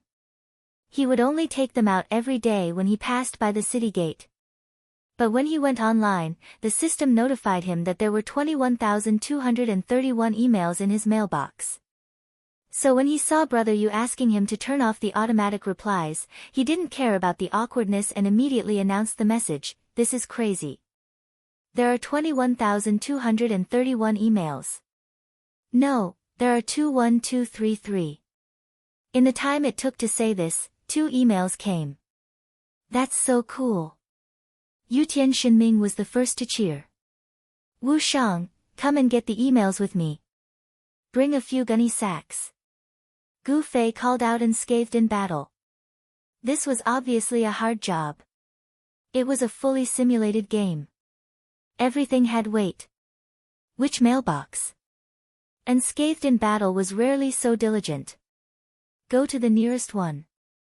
Gu Fei took care of unscathed in battle's short legs. Okay, see you at the north gate. Unscathed in battle said. Okay. Gu Fei replied as he turned off the automatic replies. At the same time, he looked at the messages during the automatic replies period. Among them, the most impressive one was hundreds of realms of statecraft. How's the situation? Ask Brother Yu. Brother Yu isn't online. Ask Brother Yu. How can I ask if he's not online? Ask Brother Yu. Is he invisible? Ask Brother Yu. I asked, but he didn't reply. He's not online, right? Ask Brother Yu.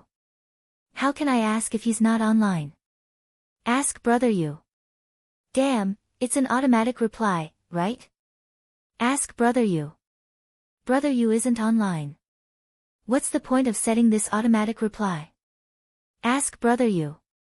Even under the automatic reply, hundreds of realms of statecraft still exchanged 8 sentences with Gu Fei. The perseverance of a martial artist was evident.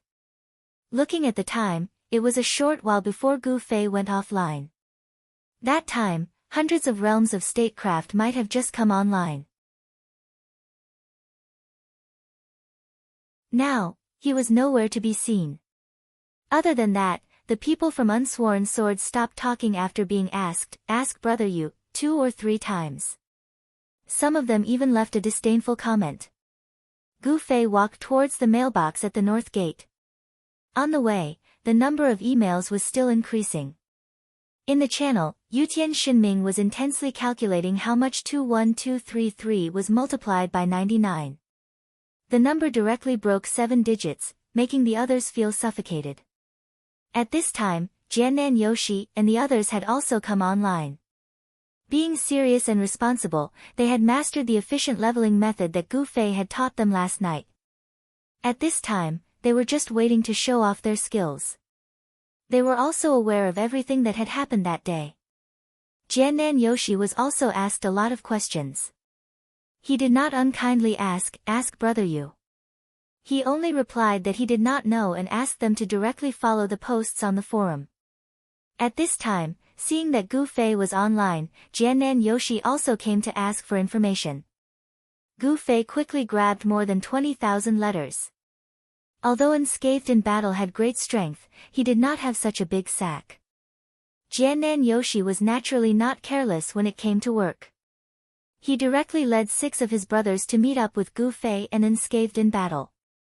The 9 of them took out over 20,000 letters in one go. On the way out, the number of letters in the mailbox was accumulating again. This is too fast. I thought it would take 3 or 4 days. It seems that we can gather the required number in one day. At this time, Sword Demon and the others gathered in an empty room in Whitestone City. There were many people in the tavern, so it was very inconvenient to do things. With the income from yesterday's camp in the wilderness, Han family young master bought a property in Whitestone City as the office of their studio. Most studios would hang their signboards out in the open, afraid that others would not recognize them. However, they did not dare to do so.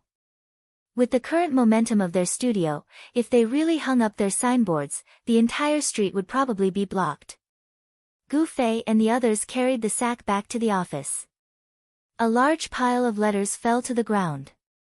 He wiped his sweat. In just a short while, there are over 1,000 letters. It was easy for the masters to adapt to the big scene. They nodded casually, and Han family young master began to assign tasks to everyone. Qianli, you take a few people to open the letters and take the money. Brother Yu, you take people to organize the time and calculate the data. Han family young master did not directly appoint people. Jiannan Yoshi was smart enough to point out 3 of his 7 people to count the money with Gu Fei. On the child elite group side, Yutian Xinming and Unscathed in Battle also actively jumped out. They were also willing to be intimate with Dollar. More than 20,000 letters, not all with Dollar attached. Apart from a few hundred personal letters that Gu Fei had not dealt with recently, the remaining half were actually just inquiries. However, Gu Fei and the others were in the absolute seller's market. In addition, the person in charge was someone like Han family young master. Of course, they would not have a good attitude. Those letters that did not pay for the money were directly thrown away. Some of the letters were from guild leaders. They wanted to buy together, so they wrote to discuss the price in private.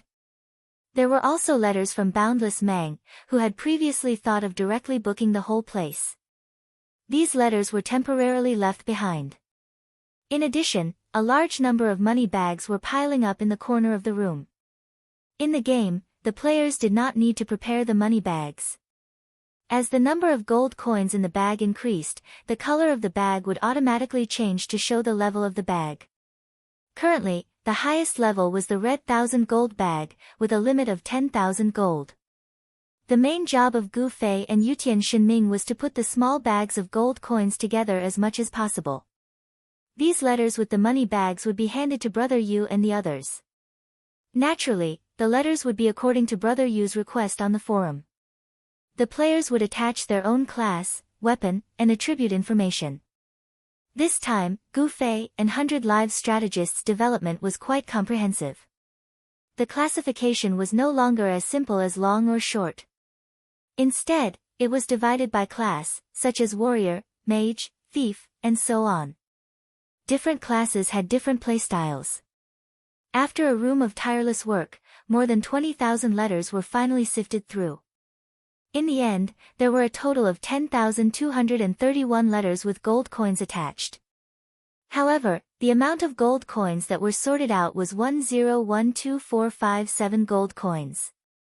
Compared to the theoretical number, it was actually a few hundred gold coins less. Since this income did not need to be entered into the accounts, there was no need to pay taxes, and there was no need to report to anyone. The difference of a few hundred gold coins was ignored. It took him more than 8 hours to finish all the work. Halfway through, the 100 Eras strategist also rushed over to help. The Han family's young master finally stopped being shameless, and stopped standing at the side and pointing fingers. At this time, Gu Fei reported that they had received another 21,457 letters in their mailbox in the past 8 hours. Everyone felt like dying. From the beginning, Sword Demon and the others expressed that they did not want to spend too much time on this. They would rather recruit external help and take a portion of the money. However, based on the current situation, even with the addition of Jian Nanyu and the others, the manpower was still a problem. After dealing with the other 20,000 letters, it was almost noon the next day. When everyone went to sleep and woke up, there would probably be another 20,000 letters. Then, they would deal with it again. During the teaching phase, Sword Demon and the others might not need to interfere. However, according to the rhythm of Han family young master's arrangements, it was time for the next leveling area to be announced. That meant another round of receiving letters, counting money, and sorting. Although Jian Nanyu and the others could foresee this future and felt that it would be tough, they did not have the same resistance as Sword Demon and the others. After all, their starting points were different. For the 7 of them, earning this money was their final goal. For Sword Demon and the others, this money was only a bridge to their goal. They could not tolerate sacrificing all their energy on this goal. Are we going to get the letters? Jian Nanyu asked Gu Fei as he wiped his sweat. Gu Fei was also somewhat unwilling. Although the angle was different, the concept was similar to that of Sword Demon and the others. However, he also felt that this matter would take up too much time. Therefore, everyone in the room looked at each other. No one answered Jian Nanyu's question. What's wrong? Jian Nanyu asked. He did not understand the mentality of these people at the moment. If we do this, we won't even have time to level up. Sword Demon represented everyone and said what they were thinking. Jian Nanyu was stunned. He immediately understood what these people were thinking. To put it bluntly, everyone's philosophy was completely different. However, they were forced to work together. Now, there was already a disagreement. Jian Nanyu and the others definitely hoped that the business would be as big as possible. However, Sword Demon and the others seemed to be leaving after getting enough money. It's already past 3. If we get another 20,000 letters, it'll be time to sleep. We haven't done anything today. Unscathed in Battle frowned. Counting money was fun, but he did not come to the game to count money endlessly. Jian Nanyu was a little depressed. When he first joined, he did not expect these people to have this kind of mentality. At that moment, it seemed like these people wanted to be hands-off shopkeepers. They did not care about the work and only cared about the money. If it was Gu Fei and 100 years of experience who did this, Jian Nanyu would definitely have nothing to say.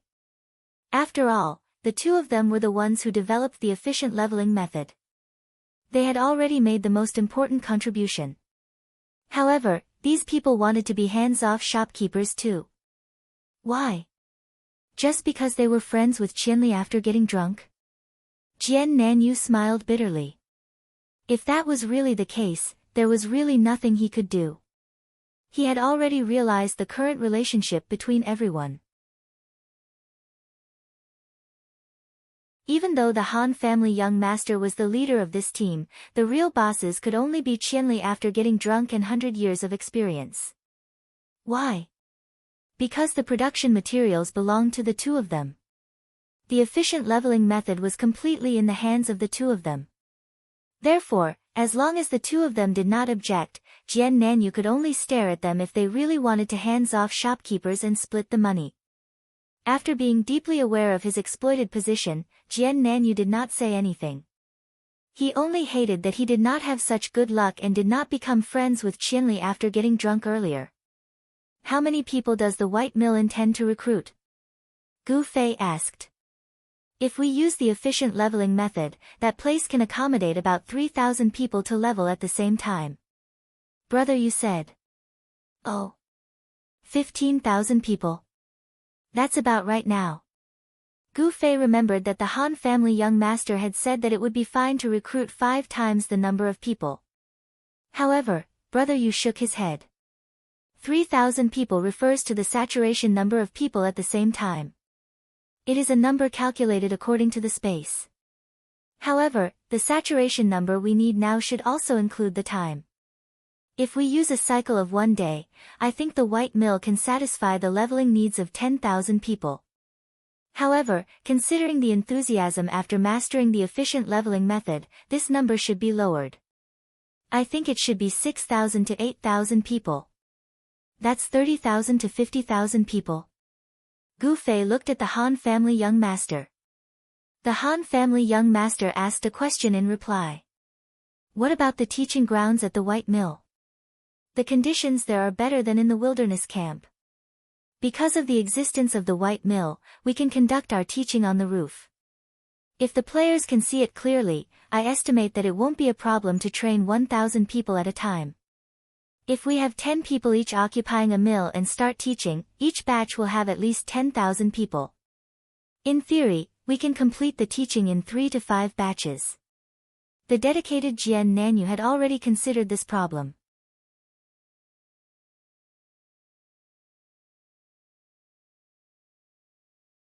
Chapter 6:17.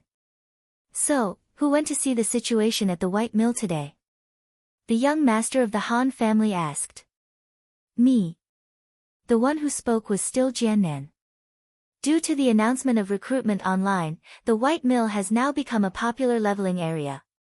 A large number of players from outside the city don't want to make a trip for nothing, so they stay there to observe our teaching.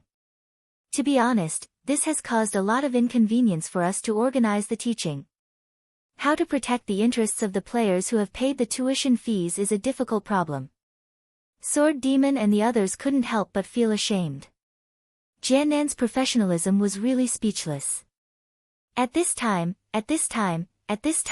he had been packing the letters like them for 8 hours, but he didn't have a single word of complaint. Even if they were professional players who treated this as a job, they were definitely good employees. Thinking of their ambiguous thoughts of fishing every few days, the three of them looked at each other in dismay and were somewhat speechless. Sword Demon had always been a straightforward person. At this time, he really didn't want to be entangled like this, so he said, I want to say a few words. What? Everyone looked at him. This matter seems to be unexpectedly time-consuming. Personally, I don't want to spend a lot of time in the game on earning money, so I think, after finishing this task, I will quit, said Sword Demon. Everyone was stunned. The huge benefits of this transaction had been tested, and Sword Demon was actually willing to give up the huge benefits. After Unscathed in Battle and Yutian Shinming looked at each other, they suddenly nodded and said, we also want to do this. These two guys were usually greedy and lecherous, but when it came to this kind of general choice, they were very clear about what they wanted. At this time, they clearly made the choice to follow Sword Demon. This time, it was Jiannan's turn to feel a little ashamed. He thought that these guys would shamelessly rely on their relationship with Gu Fei to enjoy the fruits of others' labor. In fact, these high-level players had self-respect and were independent enough. They wouldn't do things like relying on others. But now that the studio has your name, without you guys. Brother Yu was a little worried. In online games, there were also fans. What if the players were fans of Sword Demon or Yutian Shinming and asked for autographs or guidance? We just don't want to do this too time-consuming business.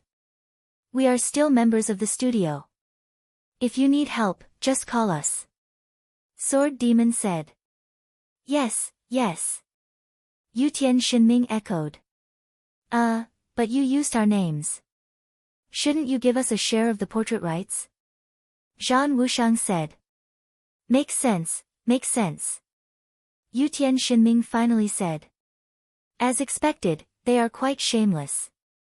Jiannan finally believed that he was right. Everyone treated Unscathed in Battle's suggestion as a joke. As for their decision, Brother Yu was the only one who was confused. Fiery Clothes was the one who was dissatisfied. We agreed to work together. It's only been a few days, and we're about to quit. You guys. Fiery Clothes wanted to say that these people were untrustworthy and fickle, but Jiannan tugged at him. Fiery Clothes immediately shut his mouth.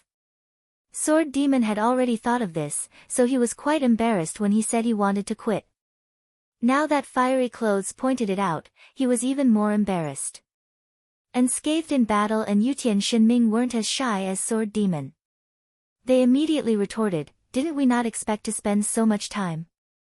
We quit now because we don't want to be a burden to everyone. I understand your intentions. Jiannan nodded. We don't have any opinion on your decision. You can make the decision yourselves. Jiannan clearly didn't want to get involved in the matter. Fiery Clothes didn't say anything after hearing what he said. He stepped aside quietly. Unscathed in Battle and Yutian Shinming didn't go overboard. They looked at each other without saying a word. In the end, everyone looked at Gu Fei. They wanted him to make a decision. Gu Fei lived up to everyone's expectations and said, I think you guys should just be temporary workers. Temporary workers? The others were stunned. For example, if we accept this deal, we can work together. If you don't want to participate in the next deal, don't bother. Come back when you need it. Hey, that's a great idea.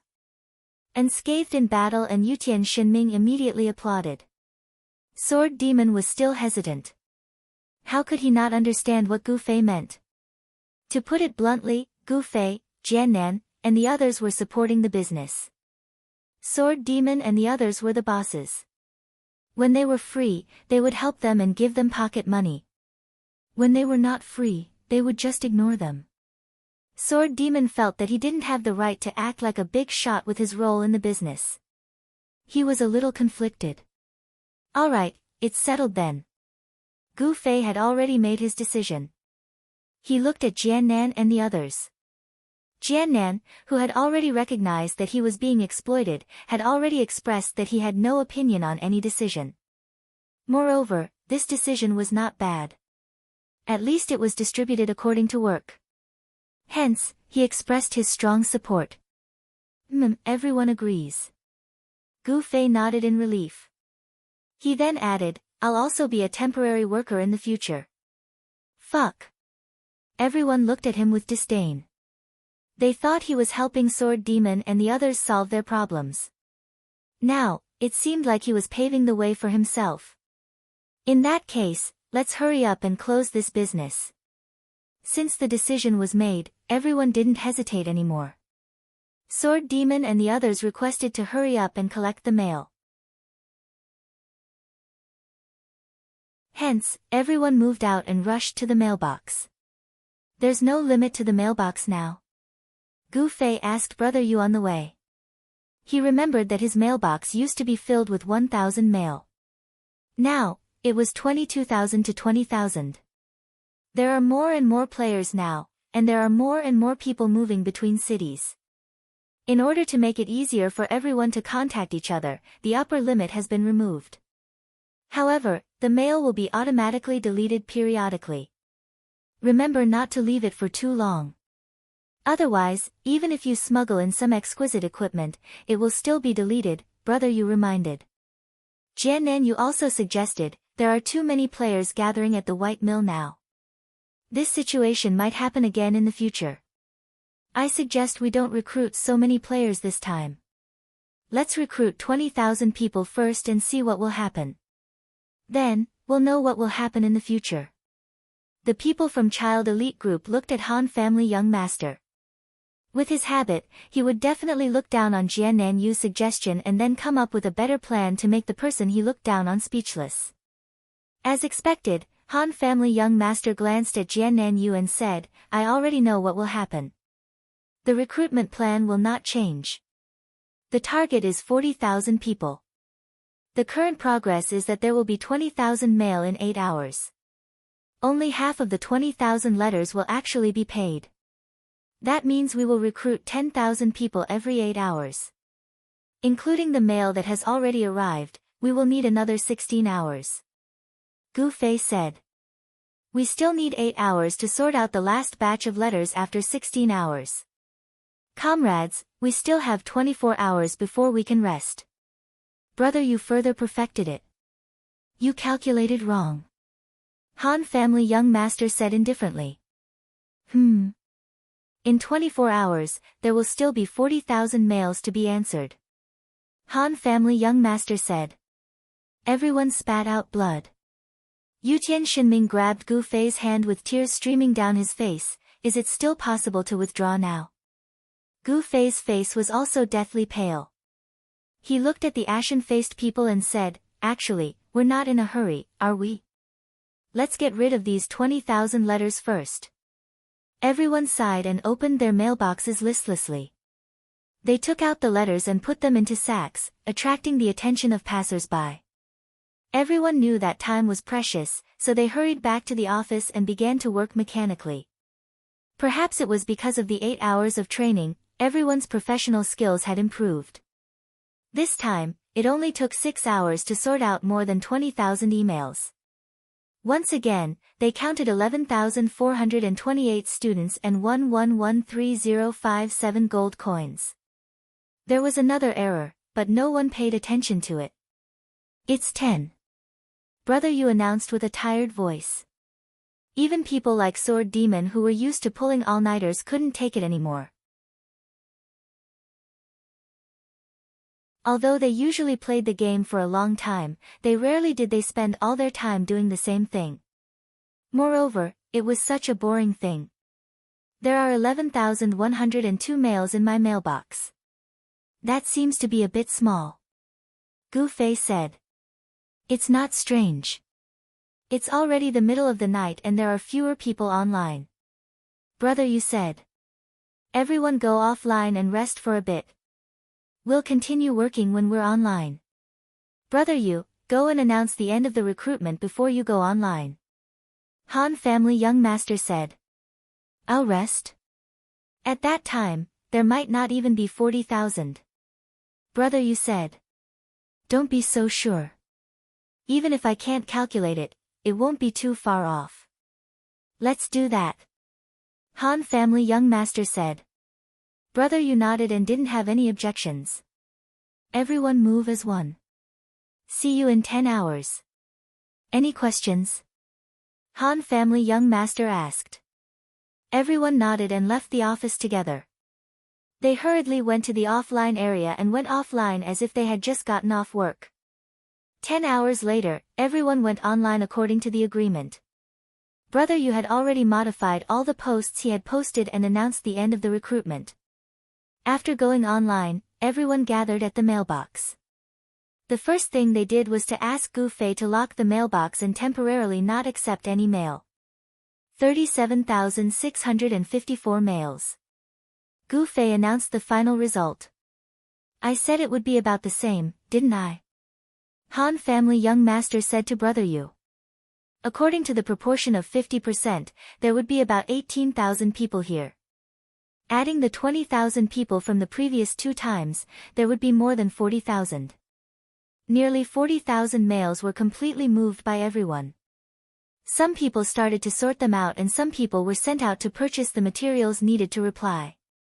Thinking about the 40,000 replies, everyone couldn't help but tremble. Everyone's professional level reached a new high. The 37654 mails were counted in 10 hours. In the end, the white mill class successfully enrolled a total of 41,526 students. They should have received a total of 411074 gold coins, but they actually received 410894 gold coins, a difference of 2,120 gold coins. In the past, this would definitely be a number that would make people gnash their teeth in anger. But compared to this time, this difference didn't matter at all. As for how the difference came about, no one bothered about it. You can start replying now. Brother Yu's expression was solemn. Everyone's gaze turned to the large number of sacks that were packed and piled high in the room. Brother Yu got up and distributed paper and pens to everyone. Let me do the math. There are 41,526 letters. There are 14 of us, so that's an average of 2,966 letters per person. I suggest we have a competition. The first person to finish writing will get a prize of 100,000 gold coins. How about that? Brother Yu was rich now. Wasn't that right? In the other corner of the room, there were 400 red sacks piled up like a small mountain. Agreed. Southern Azure Sword and the other pro players rubbed their palms. Gu Fei raised his hand. Can we directly forfeit? No. Everyone angrily rebuked. Right now, every sack has the same amount of mail. I'll take out 34 from this. Okay, 3 sacks now have a total of 2,966 letters. Yutian, these are yours. Brother Yu distributed them one by one. The 14 of them each took 3 sacks and each took a corner of the room. For a moment, it was a bit crowded. Everyone prepare an empty sack and put the written letters inside. Think of a way to deal with the old letters. Everyone must be careful, and even more careful. If the final numbers don't match up, then rechecking will be a terrifying matter. Everyone, please imagine. Brother Yu said. Everyone closed their eyes and imagined. Cold sweat immediately appeared on their foreheads. They all expressed that they would seriously do this job well. Very good. Right now, everyone has received their 2,966 letters. A total of 41,524. The extra 2 are here. Brother Yu waved them around and then put them in his pocket. There's one more thing I want to say. I'm sure everyone has heard it clearly. Brother Yu looked at everyone. To prevent too many people from gathering and making it inconvenient to manage, we've decided to use a teaching method. With 10,000 people as a batch, they will start at 4 a.m. on the 3rd of March. 5 a.m., 6 a.m., 7 a.m. Each hour will be a unit and they will be divided into 4 batches to complete this teaching. So, everyone's letters will be slightly different. Sword Demon, Yutian, Wushang, the 3 of you write, March 3rd, 4 a.m., White Stone City East Gate, 400 meters south. Don't wait after the deadline. Brother Yu said.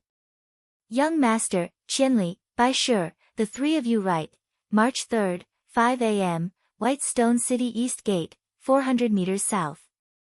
Don't wait after the deadline. And so on. Blackwater, Glue, Fire Leany, the three of you write, March 3rd, 5 a.m., Whitestone City East Gate, 400 meters south. Don't wait after the deadline. Lastly, Big Nan, you and I, we have a total of 6 bags of letters. We will divide them into 4 periods. Each period will contain 1.5 bags. Then I will write 4 and 5. You will write 6 and 7. The number doesn't need to be precise. In any case, 1.5 bags will do. Jian Nan nodded. Do you all understand? Do you want me to repeat it? Brother Yu asked. Stop being so long-winded. Disdain filled the room. Then, let's begin. Under Brother Yu's command, the letter-writing competition officially began. Brother Yu also hurriedly started writing his 3 bags of letters in his own territory.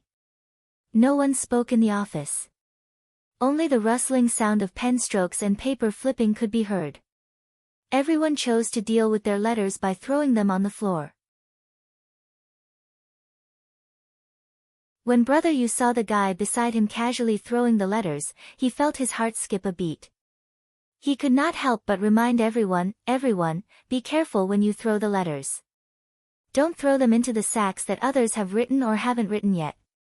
Long-winded. Do we really have no sense of propriety? Disdain filled the room once again.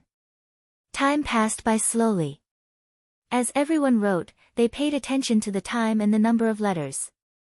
Gradually, a horrified expression appeared on everyone's face. This was not a very complicated math problem. The first person to do the calculation was Jian Nanyu. He took about 20 seconds to write a letter, and he needed to write about 3,000 letters.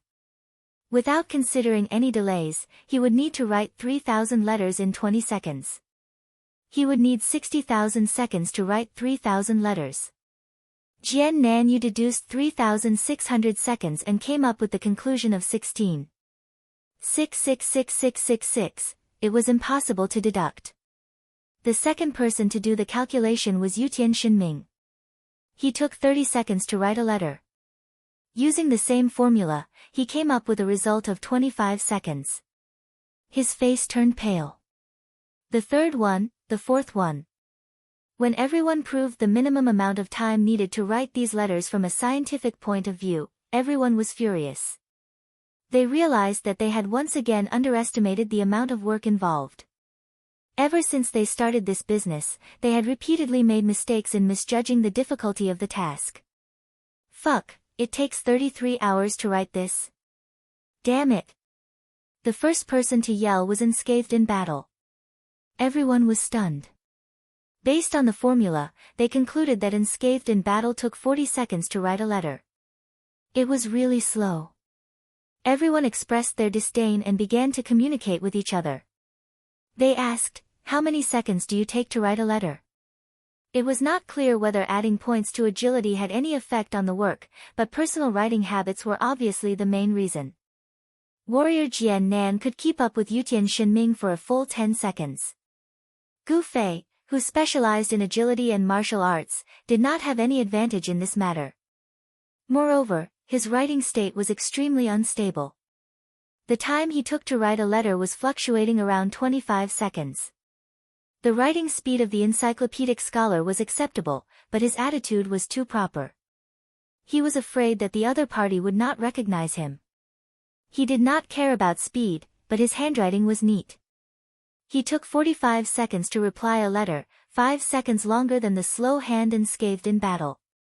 The other person was the negative side of the encyclopedic scholar, which represented the Han family young master. Not only was his handwriting sloppy, it was also extremely shameless. It did not follow the format at all. After continuous evolution and condensation, the final format was 3:5 a.m., 400 meters south from the East Gate. Quick. Everyone scolded him for being shameless, but they quickly imitated the Han family young master's format. Brother Yu's persuasion was ineffective, so he could only follow the trend and fall. Everyone's writing speed had greatly increased. Jian Nan, who only needed 20 seconds to write a letter, now needed 10 seconds to write a letter. The time he took was reduced by half, and there was hope that he could finish the work within 8 hours. He was very pleased and was determined to get the 100,000 gold coins. After several hours of intense competition, the third bag of letters was almost empty. Jian Nan, who was about to win, suddenly saw something flash in front of his eyes. He saw Brother Yu standing up with a smile on his face. There were 3 packed sacks piled up under his feet, and he made a V shape with his right hand. It's over. Jian Nan was shocked. 8 hours, 6 minutes, and 47 seconds. Brother Yu announced. As expected of Brother Yu. Everyone sighed. From this, it could be seen that practice makes perfect. Brother Yu did not write so many notes for nothing. Just a little bit more. Jian Nan was depressed. If he had discovered the Han family young master's shameless writing method earlier, he might not have lost. Don't worry, you still have a chance. Brother Yu smiled. However, everyone felt a chill in their hearts. That's right. This job would be repeated again and again in the future. Fuck, I don't want to live anymore. Unscathed in Battle cried loudly. After using the Korean format, this encyclopedic scholar had only shortened the time by about 10 seconds. There was still hope for him to break the 20 hours mark.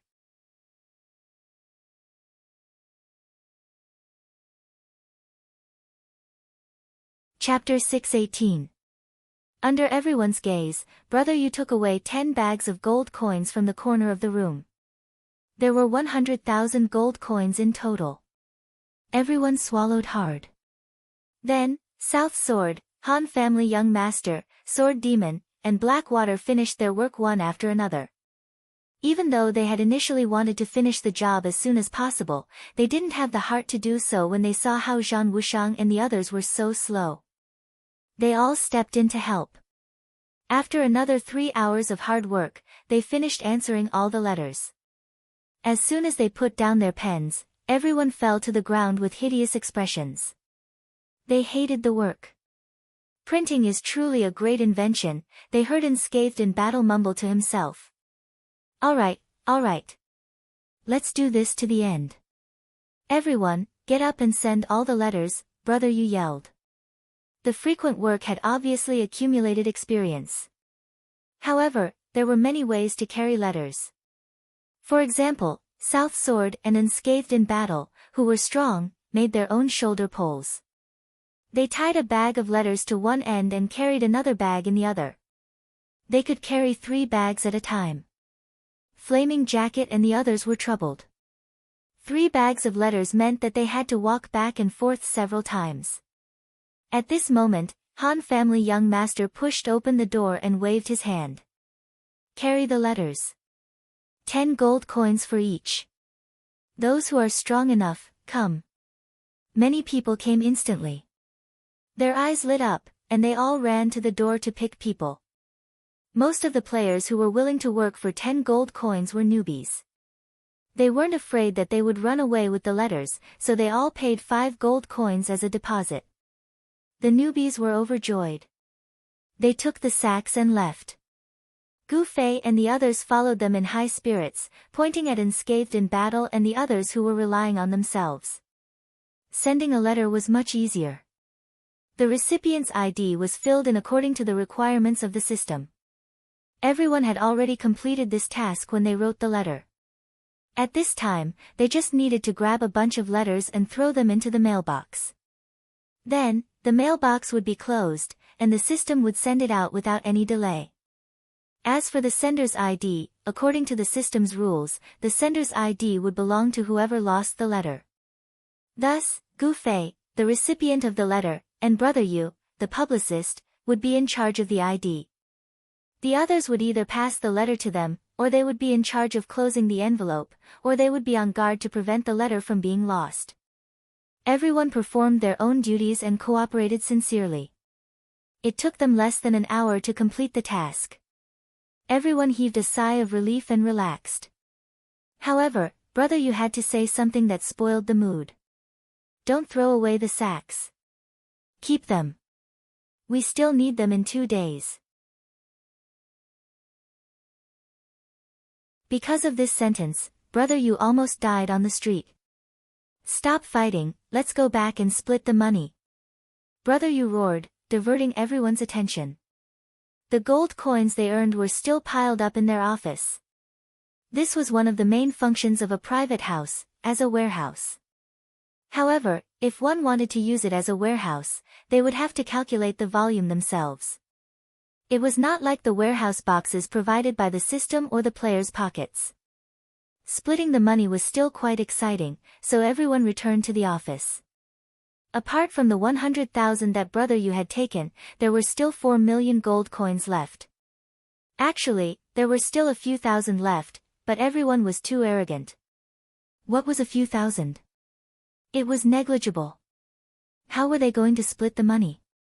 This was something that they had wanted to discuss at first, but no one had any idea. Thus, they decided to discuss it after they got the money.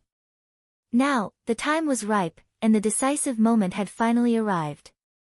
On this sensitive issue, although there were 14 people on both sides, it was fine to just treat it as 2 people. The child elite group and 100 generations of classics counted as 1 person, while Jian Nanyo's group of 7 counted as 1 person. After that, how the 7 of them would split the money was a small matter. In Jian Nanyo's eyes, Gu Fei was the boss. At this moment, he looked at Gu Fei to see what he had to say. However, at this moment, Gu Fei was not paying attention. He was thinking about how he had already pulled all-nighters for 2 consecutive days. This could not go on. No one spoke for a moment. In the end, it was still the Han family young master who spoke. What? No idea. If no idea, then I'll say it. Go ahead, go ahead. Unscathed in battle, and the others hurriedly said. Who would dare to have any ideas in front of the Han family young master? Everyone has been working hard, but everyone has seen how generous the reward is. 4 million gold coins, no one here has ever seen such a large amount, right? With such a generous reward, I think everyone shouldn't mind who did more or less in the process. Also, don't mind how important the things you do are. Han family young master said. Everyone understood what he meant. For example, in this matter, brother you had put in a lot of effort in the publicity, while the names of Sword Demon and the others were golden signboards, attracting a lot of attention. The entire operation of the business was basically decided by the Han family young master. Jian Nanyu and the others had also done a lot of detailed work in private. If they had to measure all these things to a value, it would be quite troublesome.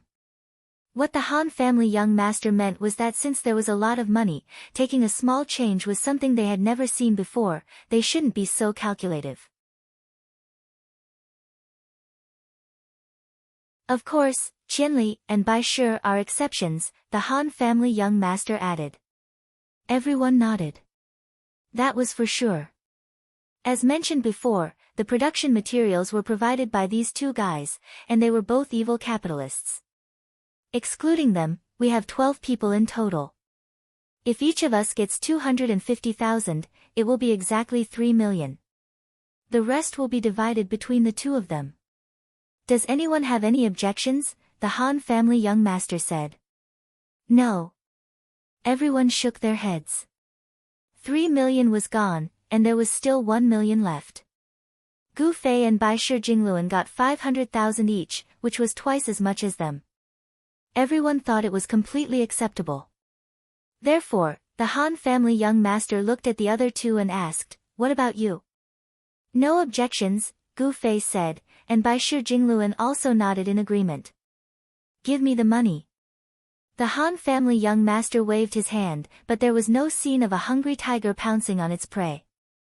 The money was already in their pockets, and it was not like they could get more if they pounced on it. Who would be in a hurry? Everyone walked over in an orderly manner, one by one, one helping the other, and the other helping the other. At this time, Brother Yu scratched his head and said, according to the final proportion, the 100,000 bonus I just got seems to be a bit too much, each person got 250,000. Brother Yu got 100,000 more than everyone else just because he wrote faster in a few minutes, which made him feel a little uneasy. Especially since he was the one who suggested it. Take it. The Han family young master said disapprovingly, the bonus system should exist to encourage everyone. But next time, don't do it in such a ridiculous place. What will it be next time? Everyone pricked up their ears and asked. The writing this time was Brother Yu's strong point. Everyone asked what the next event would be so that they could practice it in advance. The Han family young master glanced at everyone and asked, drink? Get lost. The group of people dodged. After each of them received 250,000 yuan, the remaining two capitalists went to take their remaining value. Gu Fei casually took a few bags and stepped on the rest of the money with his feet. He said to the 100 eras Jingluan, take all of it. How can I do that? You put in more effort than me. Bai Shi Jingluan was very sincere. I don't lack money. Gu Fei left. Bai Shi Jingluan's face was full of tears. He was trying to find a way to hurt his pride. Everyone was shocked when they saw Gu Fei give up with such a small amount. Yutian Xinming quickly came up and asked, can I take some too? Don't. That guy is counting on this. If it wasn't for this reason, Gu Fei wouldn't have minded giving it to everyone. We're counting on this too. 7 professional players raised their hands. He's in the same system as me, Gu Fei said. It was a blatant show of favoritism, but Gu Fei felt that it was reasonable. Even if Jian Nanyu and the others were forced to rely on games to earn money, they definitely wouldn't be as unwilling and helpless as martial artists. Who wouldn't want to be recognized for what they learned their whole life? Although it was too elementary to use money to measure it, the current problem was that it was impossible to use such elementary values to measure it among a wide range of people. Ordinary people wouldn't be able to understand this feeling. The 1 million was for Gu Fei and Bai Shi Jingluan. It was their business who got more or less. Yutian Xinming was shameless to ask, and Jian Nanyu and the others were just joking around with Gu Fei. They didn't really want to get a few bags. Therefore, no one had any objections in the end. Bai Shi Jingluan happily took 960,000 gold coins, and Gu Fei symbolically took 4 bags. Qianli's family is rich. Brother Yu was sharing knowledge with everyone. Bai Shi Jingluan had mentioned it the other day. Fuck. So there's a foundation of paying players. Everyone exclaimed. Fortunately, he's not like this. Everyone imagined how scary it would be if Gu Fei was armed to the teeth like Slim Waist Dance. But his current equipment isn't bad either. Someone muttered. Gu Fei had a few pieces of equipment on him. Apart from the Night Streamer and the Night Spirit Robe, which were 2 super powerful equipment, the rest were either gold or purple. They were obtained from killing bosses or quests. They might not even be sold in the market, but they were still quite luxurious. Let's go shopping. These experts had a lot of gold coins on them. They could be considered paying players. When Gu Fei's Night Streamer was auctioned, Slim Waist Dance's highest bid was only 20,000 gold coins. That was a sky-high price. However, these people all had 250,000 gold coins on them. If they really had a Night Streamer that cost 20,000 gold coins, they could buy 12 of them. They could use one every month and throw it away for a year. However, if they wanted to buy something like this with money, they would need opportunities. Didn't Slim Waist Dance covet the wind-chasing boots? Those boots weren't even at this level. These people shouted and went straight to the auction house. They were definitely nouveau riche. Jian Nanyu and the others in the room looked like they were earning money to make ends meet. They carefully kept the gold coins like they were treasures. At the moment, there was no official way to exchange gold coins for cash. The only way was to buy equipment and sell the equipment at the exchange hall. The cruel system would definitely deduct taxes from these channels. Therefore, Professionals like Jiannan Yu and the others wouldn't do this. They would directly sell their virtual currency on the exchange hall. If there's nothing else, then rest. We'll be busy tomorrow. The Han clan's young master was the last to leave. He left a message for Gu Fei, the encyclopedic scholar, and Jian Nan's group of 7. Everyone nodded. Number 1 went online to sort out the remaining letters and reply. It was already the morning of the 2nd. The reply was scheduled for the 3rd of the month, which was less than 24 hours from now. Time was of the essence. The 9 of them had no intention of spending the money, so they went offline in a hurry. After resting quietly for a whole day, Gu Fei didn't go online again. He only casually browsed the web in his spare time. Duo Mamuduo's interview was also sorted out and published on their Fun Gaming Network. These 2 guys were also famous reporters in the gaming circle. The reports they published were also republished by the gossips. Therefore, although Gu Fei didn't know what Fun Gaming Network was, he quickly saw Duo Mamuduo's interview with him. There were no flashy words or presumptuous conclusions. Although Duo Mamuduo was a little funny and unreliable during the interview, the final draft was still the truth.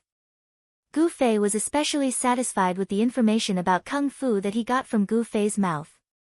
Duo Mamuduo didn't just cater to the reader's preferences. Instead, he catered to the interviewee's preferences. He gave a very high evaluation of Kung Fu, a cultural element that had already declined. It wasn't that the media hadn't sung such empty praises before. The Kung Fu circle would often hold some activities in an attempt to promote the influence of Kung Fu and change the current declining situation. But unfortunately, Kung Fu was too out of touch with modern life. Good Kung Fu, wonderful Kung Fu, anyone could write such praises. But when it came to the specific meaning of such good Kung Fu, everyone was stuck. To say that it challenged oneself and developed the limits of the human body was as empty as praises. To say that it punished evil and protected world peace, the relevant departments wouldn't agree. So it wasn't that no one contributed, it was just that this thing was really hard to deal with. But now, Duo Mamuduo's perspective was different. Good Kung Fu. How good? Just look at Qianli getting drunk and you'll know. Just look at the efficient leveling method and you'll know. You still don't know? Then let's listen to the voices of some other interviewees. Gu Fei didn't know where Duo Mamuduo found this group of interviewees, but it was very likely that they were Lan Yi's brothers outside the exchange that day. This group of people were enemies with Gu Fei during the Moonlit Night City battle back then. It was very likely that they had been slashed by Gu Fei. Even if they weren't slashed, it was possible that they had seen the people around them being slashed, so it could be considered as speaking from their own experience. This group of people had the most intuitive impression of Gu Fei's valiance. At the same time, now that they had changed their identities, they were happy to stand on the side of Gu Fei. Naturally, the voices they made were full of boasting. As a result, Duo Mamuduo's report had songs of praise, stories, witnesses, and examples. Among the players of the parallel world, Kung Fu was indeed very effectively publicized. Everyone knew the existence of Kung Fu, and they also knew that playing games with Kung Fu could be summed up in one word: strong. At the same time, Duo Mamuduo also revealed a piece of shocking information, which was the origin of the Dark Knight sword and the Dark Knight spirit robe. During the interview, Duo Mamuduo didn't expect Gu Fei to reveal everything so readily. Generally speaking, this kind of thing was like an expert who had mastered a set of peerless secret manuals. In order to ensure their strength, they would definitely guard against any leaks. This was the so-called making a fortune in silence. However, Gu Fei didn't have this taboo. The werewolf incident had left a deep impression on him, so he spoke of it very clearly. After Duo Mamuduo's report was released, Moonlit Night City's luminous village instantly became a tourist mecca. Coincidentally, so many players came to White Stone City to observe the efficiency leveling method. Moonlit Night City was nearby. Almost 2 or 3 hours after the report, the place was already overcrowded. Everyone seriously communicated with every NPC. An abandoned church, Adrian's mansion, a cave hidden in the forest, a cemetery without corpses. These were the famous scenic spots in Gu Fei's mission. They hadn't been erased just because the mission was over. When the players saw these ruins, they were all overwhelmed with emotions, hoping to find the enhanced Dark Knight sword. For a time, the popularity of this matter and the efficiency leveling method were not inferior to each other. The original interview with Qianli's drunken studio on the topic of the efficiency leveling method ended up becoming a history of Qianli's drunken endeavor. From the report, the readers saw a professional kung fu player enter the game, rely on his skills to open up a world, and now open up a land of money. The response from the masses was enthusiastic, and all the major forums were discussing Qianli's drunken studio and his kung fu. In addition, Duo Mumuduo also had a report, which was called the highlights of the interview process. People who were familiar with Do Mumuduo knew that they had a tradition of tidbits. The actual content was usually some other miscellaneous things encountered during the interview process. These things had not been dug into in depth and had not been confirmed. In short, they would be said first for everyone to judge for themselves. This time, Duo Mumuduo reported that Silvermoon was chased and surrounded and forced to go offline. Duo Mumuduo didn't add any of his own inferences, but simply described the relationships between the characters he heard. The highlights were filled with quotes from famous players such as Silvermoon, Qianli's drunken studio, and XXX. In short, the final content could be summed up. Even though Duo Mumuduo didn't come to a conclusion, anyone with a brain could see one obvious thing: the self-proclaimed game staff member Hongchen Xiao was the former gossip forum moderator, the suspected game staff member One Autumn Leaf, who was known as the Prophecy Emperor. The response to this highlights was also quite large. Players on the various forums were all guessing the authenticity of this information. Some people privately messaged One Autumn Leaf, while others ran to the game to try and contact Hongchen Xiao. In reality, no one knew how much authority game staff members had in the game, or whether they were omnipotent. They just assumed that these types of people would have more opportunities than normal players. For a time, there were also players who requested the game officials to give an explanation, to clarify whether or not there was such a balance breaker in the game. Balance? What was balance? It was a ruler in everyone's heart. Different people's hearts had different scales. Tolerant and magnanimous people would always have a larger scale of balance in their hearts. Acerbic and harsh people would always have a smaller scale of balance in their hearts. Or perhaps when people's values were different and their horizons were different, they would even have a completely different ruler. But in the player community, the majority of people couldn't even tolerate a game staff member playing an online game. This was also the reason why there was such an unwritten rule in the industry: you're tuning in to the Blissful Bookshelf YouTube channel. We're so grateful for your support, and don't forget to subscribe to join us on this incredible journey through captivating stories. Your generosity through donations truly makes a world of difference, as it's the primary source of revenue that allows me to expand and enhance this channel for you. Thank you from the bottom of my heart for being a part of this adventure.